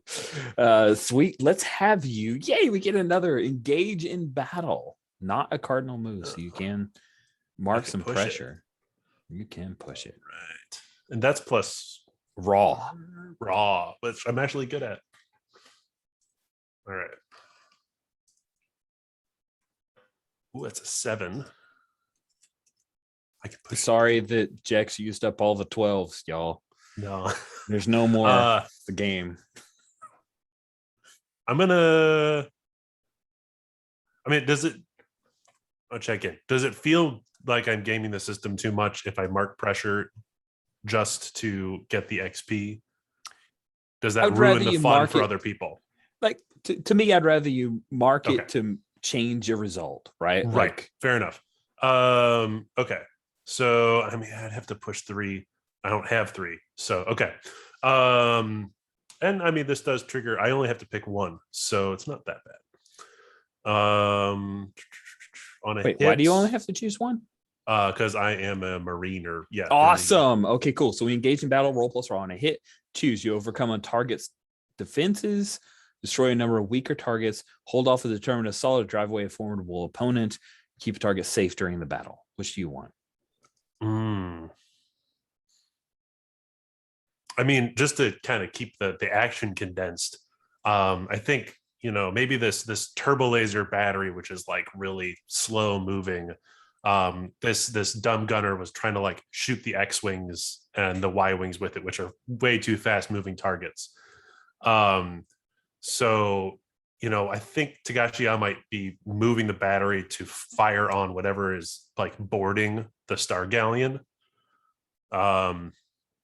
Really smart. Like they were all caught up Yeah. in this is attacking our ship, and you find the little troop transport that had bellied up to a secondary hangar bay.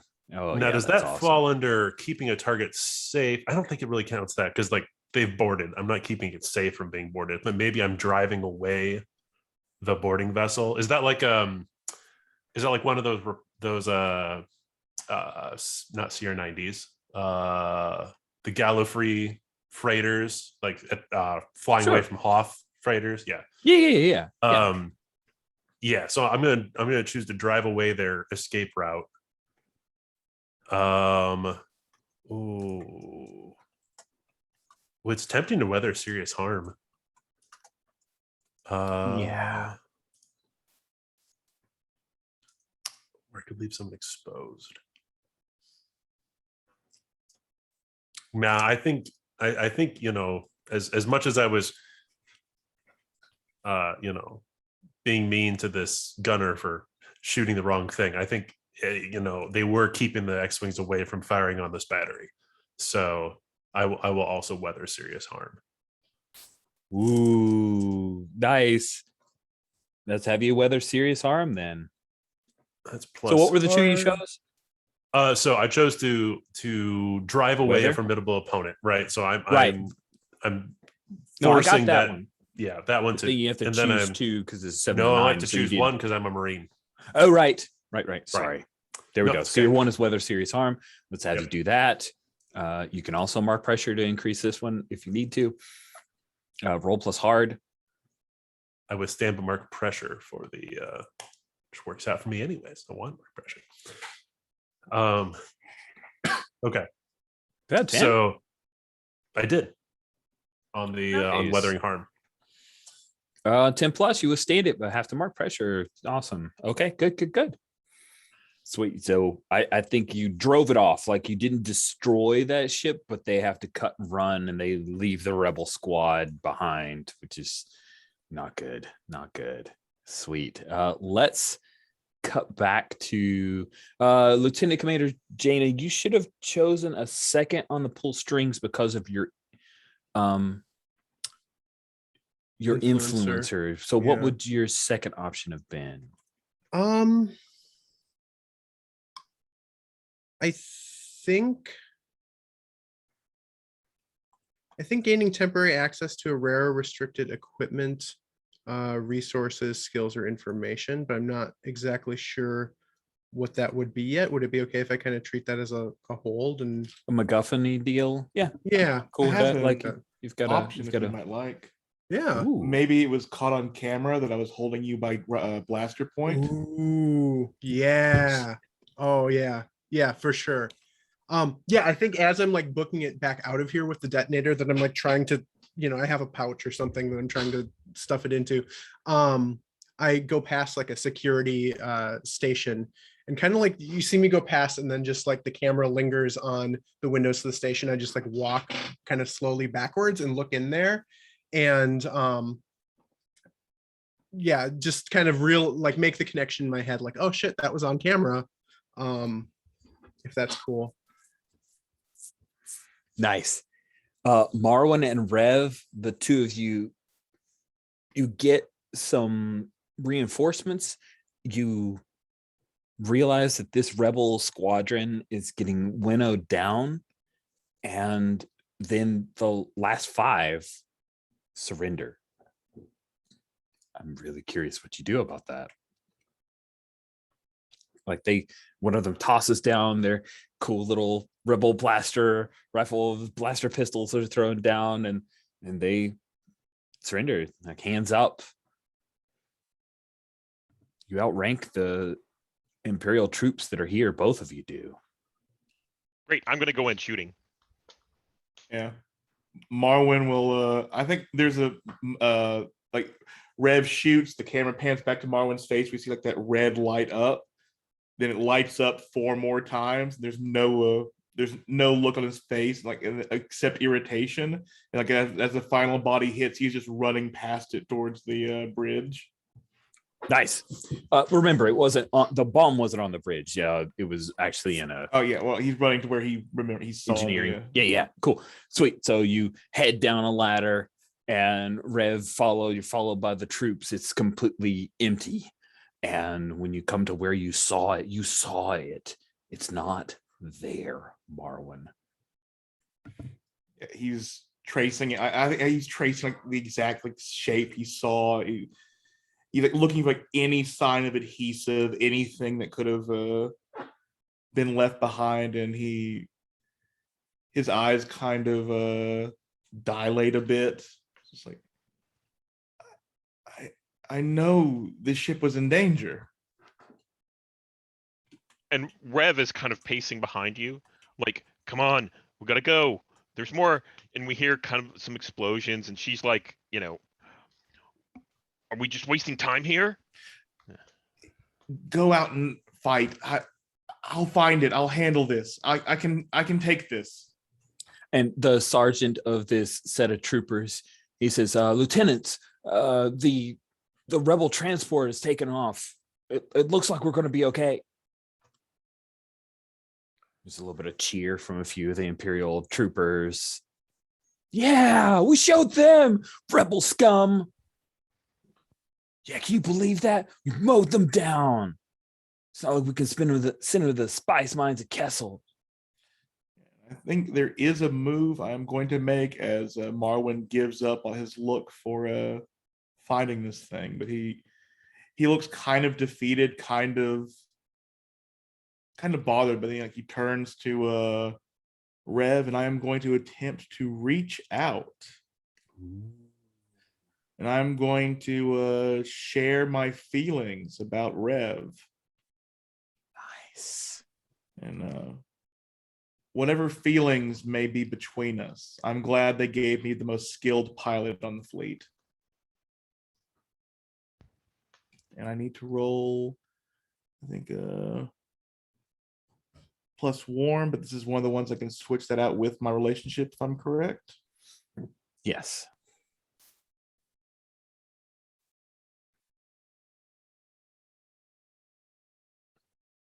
Wait. Okay, I'm double checking. Support their action, interfere with their action, pull strings, call them on their shit. It does not appear that reach out allows you to swap their relationship for it. Then that is a 6. Oof. I can support It's you, a cardinal can't move. It's a cardinal move. Does that mean someone can't help? I think someone else can help you on a cardinal move, though, Yeah, right? someone else can help. Or you can give me a +1 from that move you had. Oh yeah. Oh, Why don't I do that? I'll give you the hold that I had from my squadron leader, which is, thank you, Marwin. You have to understand that while I would have preferred to have been with the rest of the crew, I think that your report of a job well done will put me in the action more often. And you gave me a chance to kill more rebels. I'm very thankful. Yeah, and I'm going to give Rev an opportunity to reduce pressure instead of me. Are you sure? Okay, Ooh, we'll do that. am I? Yeah, I'll be nice. I'll be nice. Okay.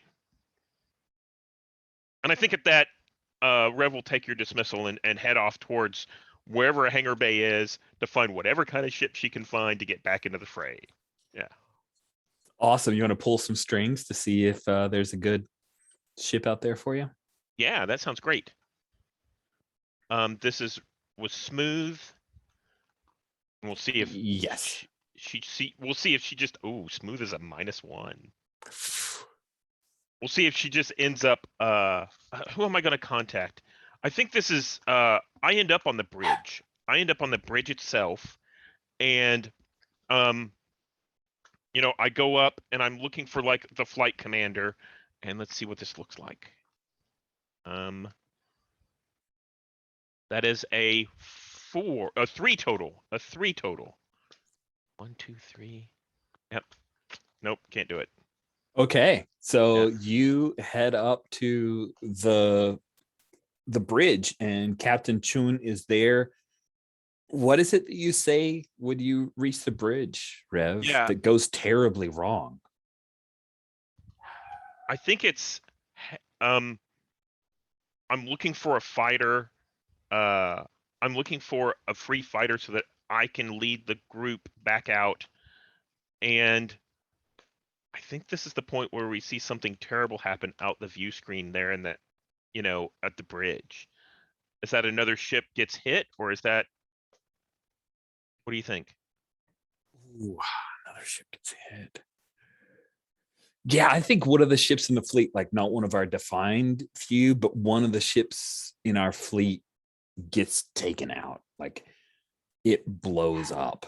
And let me add on to that. Basically, it's a nearby ship. We're rocked by it. And we see this, all the people suddenly starting to steer and everything tilts.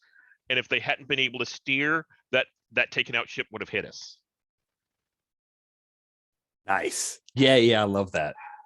That is fantastic. I got a barky duck. I apologize. I'm sure something was delivered, and he thinks it's his number one job in life. Actually, let me just go deal with it. I'll be back in 2 minutes. I think the scene just ended.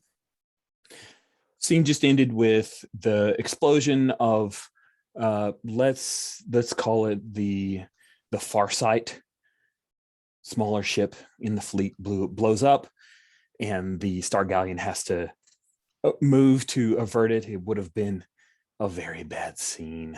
And I think that everyone on that bridge, that are down in like the little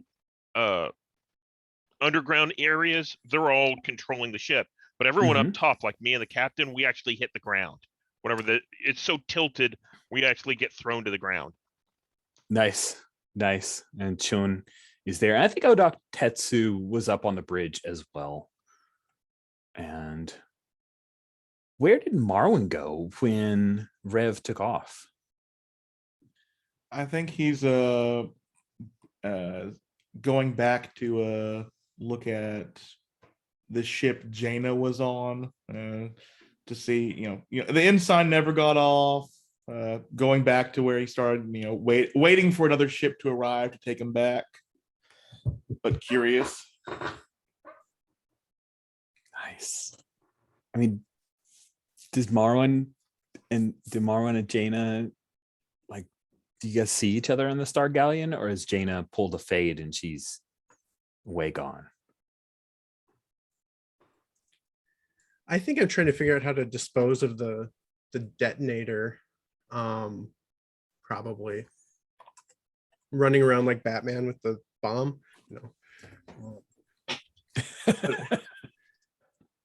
Yes, cool. I think I'm not there when Marwin gets there. Awesome. Good. Let's jump to Tagashiya. After you engage in battle, you drive off the Republic troop ship. You see another ship in the fleet, a smaller one. The Farsight is blown up. And then you see the X-Wings and the one remaining Y-Wing. They just take off. And the battle is over. The klaxons stop ringing. She disconnects from the gun and makes her way down a hallway, realizing where she is on Pandora's grasp. And she pulls out a comlink from her back thing, from her utility belt, and finds a quiet corner where people are, doing damage control on the ship. And I think she's gonna make contact with who is like the head of the quartermaster. Oh, the Cult of Quartermasters? Yeah. Oh, that's Chief, isn't it? Yeah, I think we'll say it's the Chief, yeah. I mean, or maybe it's yeah. Okay. It's definitely Corporal Saul Farina, who's known to take bribes. And he actually was like, I don't know if you caught that, but like he was there at the guns with you. He was the turbo laser gunner, so you don't have to go out and seek him. Excellent. He's just there. Yeah, I'm gonna try and I'm gonna pull some strings here because Tagashiya has realized, she probably saw, right, Rev's fighter pushing in the thing, and she's realized that she's, it's hard to get Marwyn to not be on Pandora's grasp. So she's gonna try and seize this opportunity to get some access to that cloning area. Ooh, nice. So yeah, let's like spin that into a scene. So Farina's there. He like claps you on the shoulder. Good shot. I can't believe that. It was maybe I should get one of those things. He says, and he laughs like, that's really funny. I would never get cybernetics. He doesn't say that, but that's what the laugh sounds like. And you've disconnected, and he's kind of standing around. He reaches over, he grabs some of the candy wrappers that his buddy had left there, and like throws it in a little wastebasket. Well, we got a lot of cleanup to do. Yes, Corporal.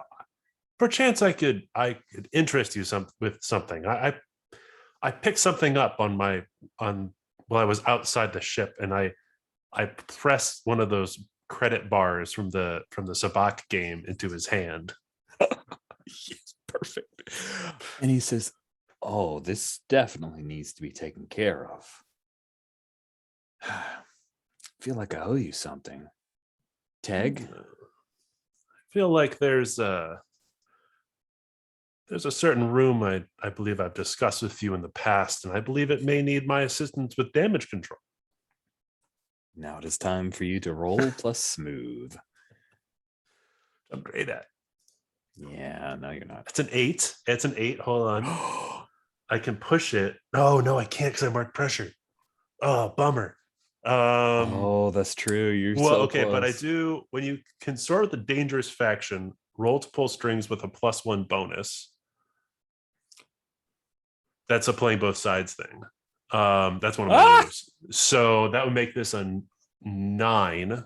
I could push it to a 10, but then I'd be at a breaking point. That isn't the end of the world. Yeah, I'm gonna do that. I'm gonna push it to a 10. Okay.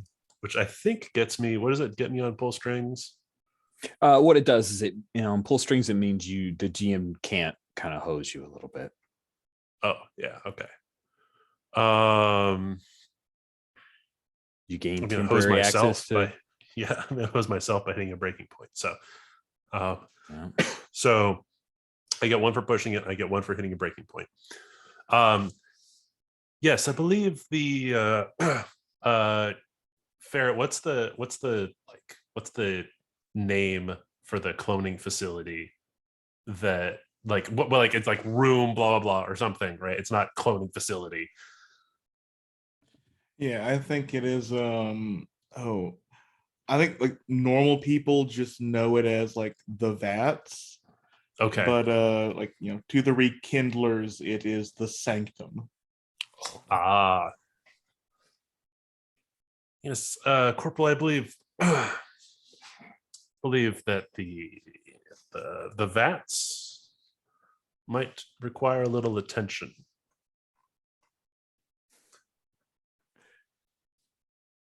Are you looking to grow an arm or something?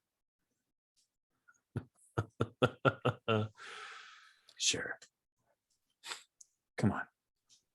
He'll lead you down to an area, and then he says they change the codes every day, and he'll press into your hand, written in Avish, the codes, and you see that there is a little door reader at the end of the hallway, and you assume that on the other end is where you can find it. What do you do? She enters the cloning vats, and she is, as quickly as she can, trying to find evidence that Marwyn is trying to bring back his grandmother. Let me ask, Uh-huh. Ferret, does that evidence exist, or will it have to be constructed? That Marwyn is looking to bring back his grandmother. Yeah. That'll have to be constructed.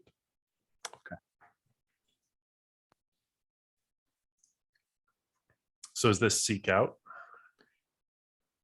Yeah. Okay. So I imagine that there's just like a hallway of these cloning vats, or Mhm. okay. And she's probably like rubbing her hands on the frosty glass, like looking in.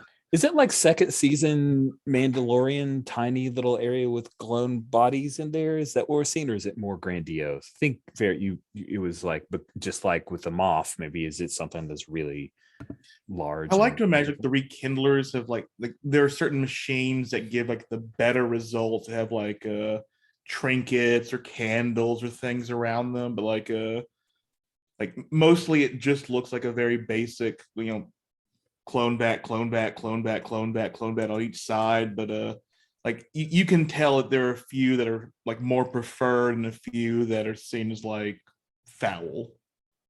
Nice. Ooh, okay. So some of them like gone bad. That's cool. All right, here we go. That's an 8. And I can't push it. Ooh, yeah, okay. So I find it. Yeah. You find it. You find that it doesn't exist. I mean, that's why I wanted to check in ahead of time. You're convinced, like there is no evidence whatsoever. You could continue to believe that, but it doesn't appear that Marwyn is trying to bring back his grandmother. There's no evidence of it whatsoever. I feel fairly confident. Is there evidence that someone else is?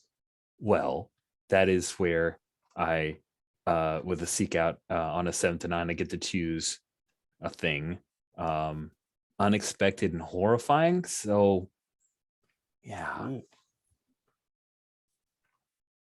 Ooh. I think you find that Obok Vandar II is working to restore the grandmother. Interesting.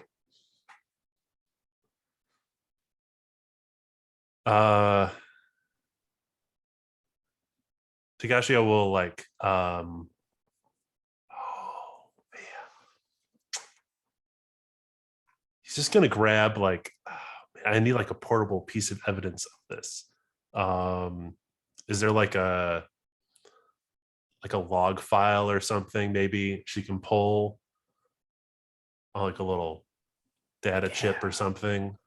Yeah, basically there's a sequence that has been begun trying to compile the DNA from a few different sources to reconstruct the Moff, and the code sequence has an approval that leads directly to Commander Obok Vandar II. Does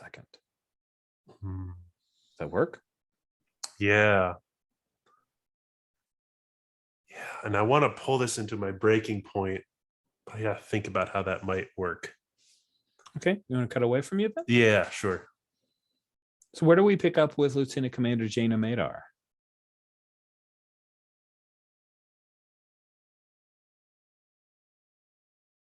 Sorry, I accidentally minimized the It's okay. window.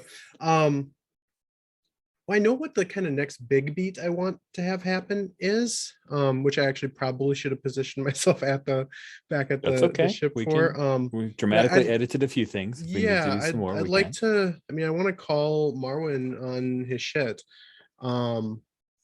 So I don't. Maybe I get. Well, let me ask Ferret, because Ferret, you wanted to look in the ship to try to find like incriminating evidence, right? I think he was going there to like check on the ensign and then would discover the evidence that was there. Can we resolve that first and then I show up maybe right after that? Would that I'm make fine with sense? that. Yeah. Cool. Then it feels like you're seeking out. We see Marwyn. You stepping onto the ruined hulk of the Lambda class shuttle. Like all 3 wings are broken off, the thing's sitting askew. So it's one of those where you're like walking on the sidewall of it. You see the dead body of poor Ensign, only got a couple scenes. And yeah, you see all this damage, and maybe you're trying to seek out some files, something incriminating. Let's have you roll plus sharp. Okay, this will be at a 0, and that is an 8. Nice. 7 to 9. On a hit, you find it. This is the only time I would suggest the investigation takes a long time. But by long time, I think it should just be long enough that Jaina found a way to get rid of the detonator if liked. Yeah, I like that. And it's not like those personnel files are directly tied to that, but I do like the time that it takes. And so I'm going to check in with Jex. What are in those files that are incriminating but not completely damning? I mean, I think what it would potentially do, like looking over them, there's stuff that it doesn't make a ton of sense for me to have. I mean, certainly for the ISB to have, but, you know, kind of in my role with sort of like re-education and stuff, it doesn't make a ton of sense. It doesn't seem like it's people that are targeted for that or anything like that. So I wonder if the implication could potentially be like a relationship to the quartermasters. You know, why else would I have this information? Whether this is true or not, why else would I have this information if I'm not going to maybe say sell it? Nice. So that is what you're able to piece together, Marwyn, is that it looks like Jaina might be going after the cult of quartermasters with some of this information that she's doing. So Jada, after you rid yourself of the bomb a la Batman 66, I totally love the idea of you walking into the Lambda class shuttle to see Marwyn looking through your files. What do you do? Lieutenant, what are you doing? I came to check on the ensign. He didn't make it. No, he didn't. It's unfortunate. Flips the What are page. you doing here? Reading. Really? Can I check? I want to check in to see if something's okay. I picture Jaina like kind of pushing you up against a wall, pretty rough or something. Is that okay? Yeah, that's fine. Like especially with that one broken arm, I find that very intriguing. I kind of like, so I'm like kind of like holding it, and I just like turn to the other side and just shoulder check you into the wall. Papers go flying a bit. He looks kind of shocked. I am your superior. What were the F word alternatives here? With the Kark, with the Criff, yeah, what the Criff were you doing? Making that kind of accusation that I put a bomb on this ship? Who do you think you are? Special. Cited. An oracle that is needed on this ship. The fact that I was wrong once confuses me. They usually don't come this clear. Has Marwyn told Jaina about the other vision of seeing her as the what was it? Some kind of commander or something, right? I think this is when he like opens up like, usually when I see visions about you, they're positive. Well, I think maybe your vision was wrong then. It could be. But again, as I said, first time. It's curious. So I've told them what their problem. I've told Marwyn what his problem is. What he'd need to do to convince me otherwise. I think it's just something like you need to watch yourself. And I think I reveal what would be the equivalent of like a tape, like a recording, it's like a hollow disc or something. Just like, your transgressions were caught on this ship. Yeah. I think I show that I have, a copy of it. And so I say pretty much exactly that. And you're going to have to make a public show of apologizing to me. And I don't know how, but making it quite clear that you were out of your head when you made those accusations. I mean, I guess technically the only person who really heard it was Rev. So I guess it's really I want that to happen to Rev rather than public. You want your reputation salvaged. Exactly. Yeah. And I say, if you don't, I have this data tape of you making quite the accusation against a superior officer from the ISB. Roll it. So I will roll it. That is plus hard. Not a great stat for me. Don't have great history with that one. Let's see. At the 10. I'm on fire today. So on a hit, you choose from the options below, and on a 10 plus, you're limited to the first two options. If they choose the first, they mark XP. Yeah, I think there is there's been like this moment the entire time where his hand has been close to his blaster again when he's been pushed against the wall. And I think it finally goes limp. He raises it to his head, his forehead. Yes, ma'am. Of course, ma'am. Thank you. That'll be all, and kind of walks off and is going to try to find a shuttle back to the Pandora. Oh, I think the other thing to show that I'm giving in is I give you back your papers. Oh, that's good. That's really good. Yeah. That's nice. I trust everything is in order here. Nothing is missing. Thank you. And then I bugger off.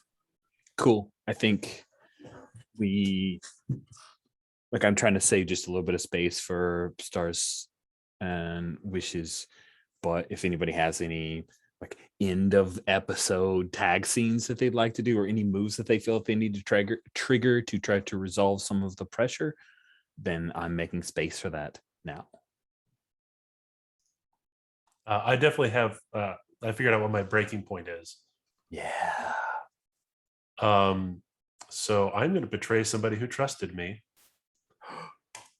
And so having downloaded this cloning information, she puts it in her back pocket, and then she pulls out very specifically a different data stick, and seeks out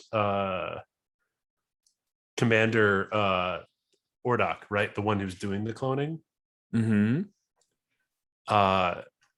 Is he on the bridge or something, or is he walking about? Oh yeah, I mean he's definitely on the bridge. He's probably on the bridge with Admiral Elaine Price, but his father is part of the research bureau, so he doesn't often come on the bridge. But yeah.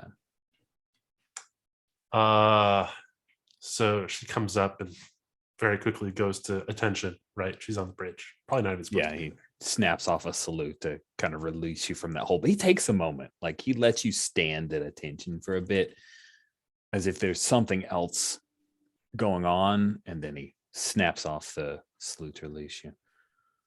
Yes, recruit, what is it you want? Commander, during the battle, I came across this. It's very concerning to me. I believe that Lieutenant Commander Jaina Madar may have not executed a rebel prisoner as commanded.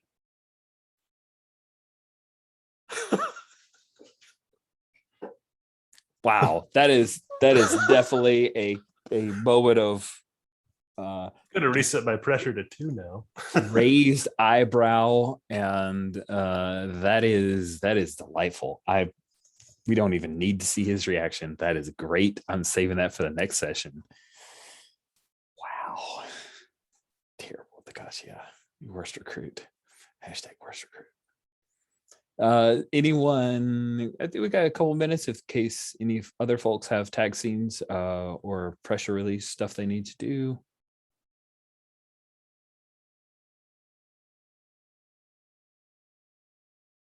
Okay. Good. Sweet.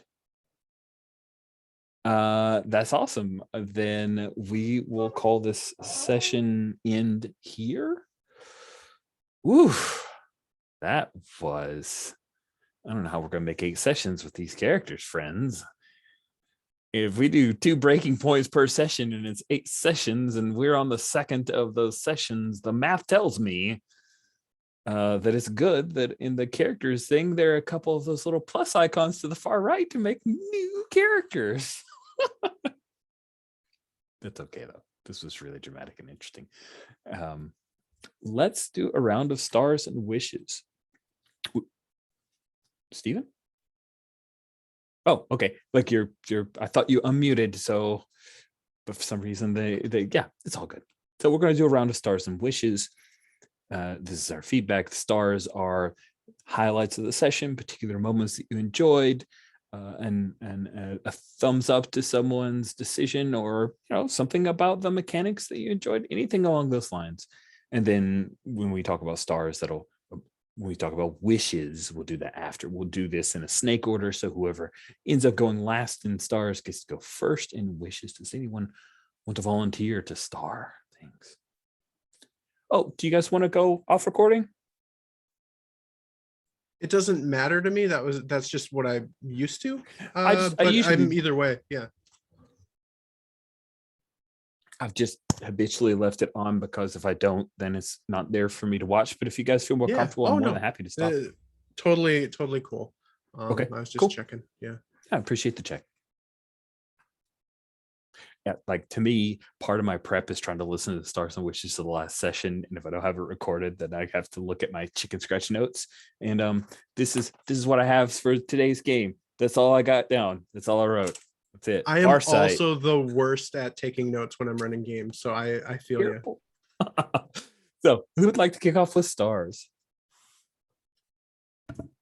I can, since we don't need to go in the middle order this time. That's right. And this way it gets me full access to just saying whatever I want. So for Rev, our pilot, that kissing maneuver with the TIE fighter and the Lambda ship, it reminds me of that time in Serenity when Wash gets the Firefly, like that hard landing, and then like the inside, I made it, crunch. And with Tagashiya, I love the idea that she puts on an air mask so forcefully on someone that they pass out. Like, you will survive. You may not remember it, but you will survive. And Jaina, I hate and love the dice that you covered this up. It is such great drama. We both went hard in trying to fix the failures of our beginning of session moves. I think it worked wonderfully. And Rich, just thanks for going along with our antics, the sound effects, and just all this horrific times that we're going to have to keep everything together. It's wonderful. I love it. Thank you, Ferret. Who's next for stars? I can go next.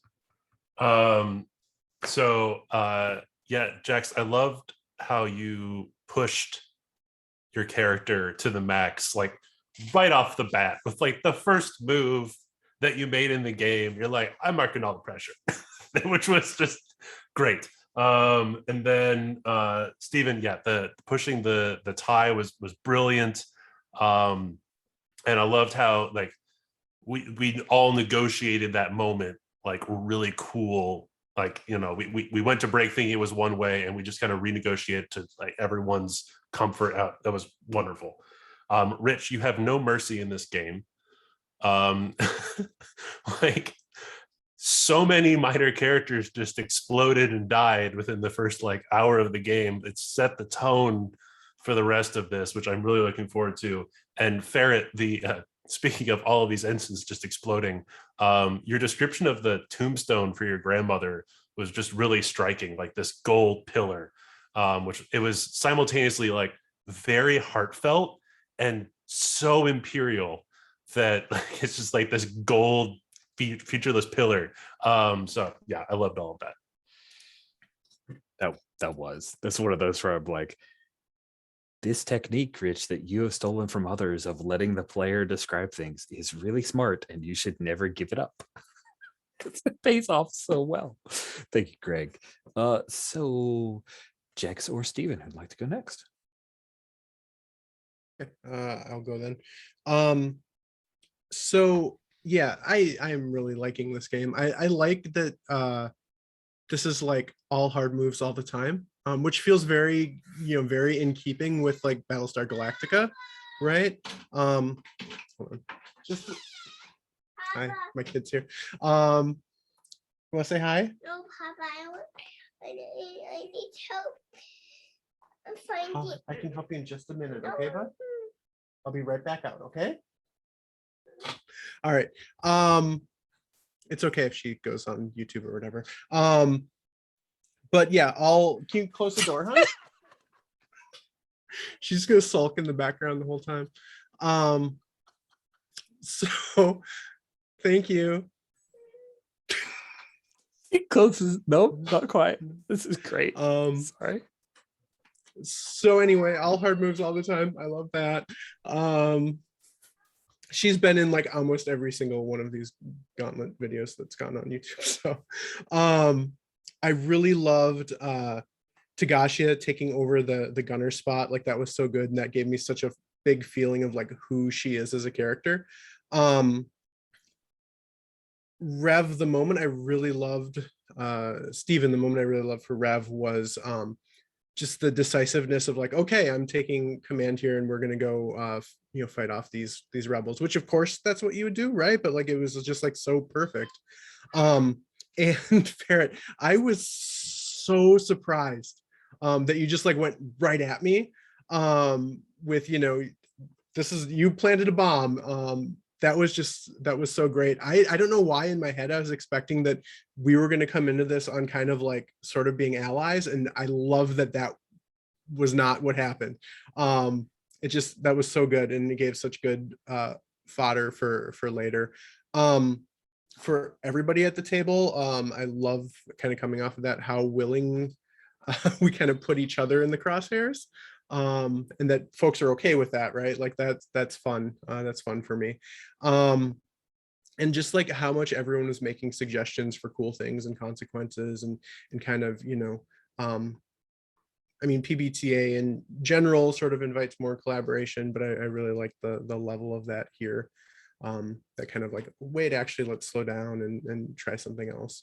And yeah, so Rich, thank you for letting that happen and sort of, sometimes being willing to just step back and take a little bit more of the facilitator role than the full on GM role. But when you were taking on the full GM role, hard moves all the time, and I loved it so much. So I'm glad. I was like, oh my God, this is so terrible. All the hard moves all the time, but the dice demand it. And you guys only have like -1s and 1s. So it's going to happen. I have to be ready for it. Steven, do you have any stars left? Yeah, so I really appreciated how much everyone leaned into the cinematic view of this. One thing that stood out to me was, Ferret, whenever you suggested we see the Rev start to fire, and I was like, yeah, I've got to gun down the evil rebels, right? And you were like, oh, we go back to Marwin's, glasses, and we see the red flashes in them, and I'm like, that's just perfect. That's exactly what we would see on screen. I love that. Mm-hmm. I felt like so I really enjoyed seeing how Jania, operated behind the scenes and kind of snuck around, and that was really, really cool and very fitting. And I liked Greg, how you played Tagashiya, going out and making the hard choice. No, I'm going to save the one, not the many, right? And then whenever things turned bad, you were like, okay, I'm just going to go back in and just jump right into the fray. I really appreciated all of that. I'm also going to say the system surprised me. I expected, because the way that it was pushing XP, I expected pressure to go up kind of the way that we have, but I expected to be very low on XP during this game. And I think I am, but I think I saw a lot of activity on XP where some of the moves that you could do gave you XP, and then we pushed pressure, and then we got to breakpoints, and it pushed just like in a normal PBTA game. And that was surprising to me. That was good. Yeah, we got to figure out some ways to put Rev in rough situations where you're marking more pressure. We'll definitely get there. I'm sure we will. Yeah. Cool. Thank you. Do you have 2 extra pressure, Rev? Is that what the? I do, from stems. Okay, right. Yeah, Stem to the gills. So we'll stick with you, Stephen, for wishes. Wishes are, these are things I definitely want to see in the future, or I wish I had a better understanding of X or Y, or, just critical feedback to the GM. This game calls it a GM. It's a PPA game, and it calls it a GM, but I'm okay. I'm okay with it. There were a couple of things that I was reaching for in a move. I think it was Let Loose, and I was like, oh, I really want Let Loose to have a more aggressive tone to it. And I think we did that towards the beginning, where Greg punched the person playing cards. And I was, kind of angling towards the same thing. It was like, the way that Rev would let loose, it's just to beat the shit out of somebody, or, to get in a boxing match or something like that. And I'm not sure how that applies. I think the way that we did it so far works. So I think my wish would be to do that, be a little bit more loose and say, yeah, there can be some aggression on that side as well. Yeah, I definitely want to continue that direction, because I feel like when you indulge in your base needs, you're telling us, the audience, the play group, something about your character. And if those base needs are beating someone up, that tells us something. So I was trying to figure out if there was another wish. It seems like there was something else in the system. I think we handled it in game, Greg, whenever you asked if we could mark XP even if it wouldn't get us to that next level. And I think that I've seen other games where whenever you help, it pushes you to that next level. And I think that might be a good way to handle this game, is whenever you mark pressure, you mark however many ticks it takes to get to the next level, but you can't mark a tick without it getting you to the next level. Yeah, that is a possible tweak. We could think about it. I like that. Love the idea of somebody marking 3 pressure just to get to a mixed result. Oh, God, that was so harsh.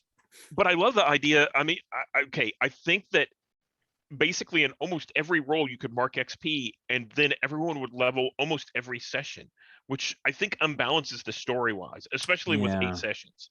So I'm glad we're not doing that, even though I like XP. But yeah, that would be wild. Okay, cool. Thank you, Stephen. I appreciate that. Jex, you're up next. What wishes do you have? Yeah, I guess as always, the first time playing a new game, I wish for mastery over the system. Just remembering, that moves trigger, that sort of thing.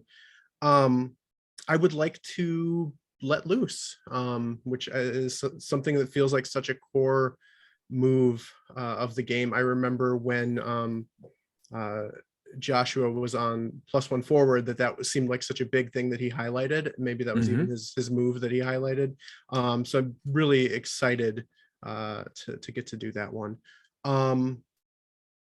Shoot, I had something else. I think it's gone. So okay, if it comes back, I'll let you know.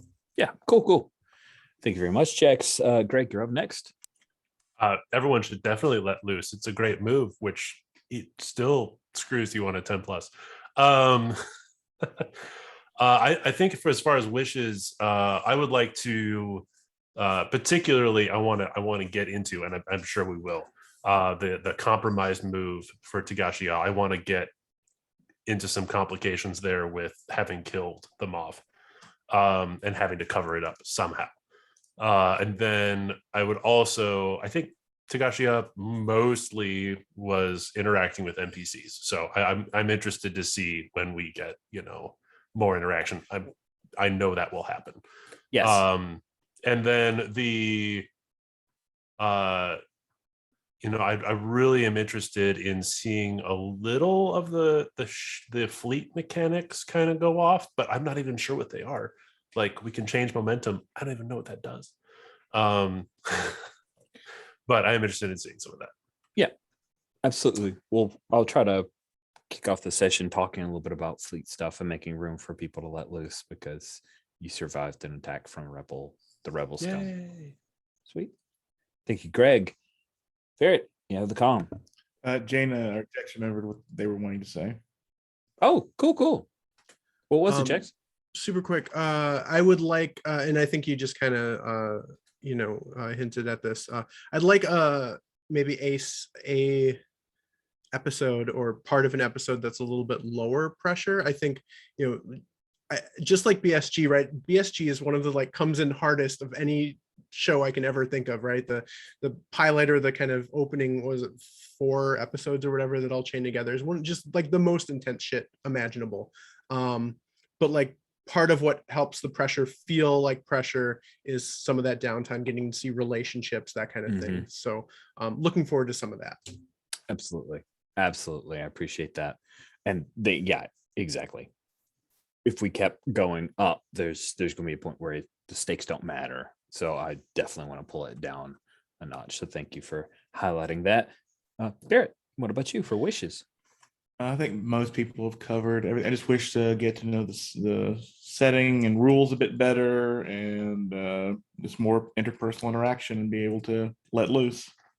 Absolutely. All those are on my dashboard of things to happen in session 2. Well, thank you all so very much. I've really enjoyed your characters. I love how you went at each other, and I was like, how is this going to go with the bomb thing? And this all feels like it has to be this and this, and our principal characters are pointed at each other. And then I was like, oh, Jex is totally screwed. But wait, and then the moves kind of just dictated that it was going to be one of those near misses, which is exactly what you want. You're opening episode. It felt so TV, and I mean that in a very good way. So loved it. Thank you all so much, and I'll stop the recording here.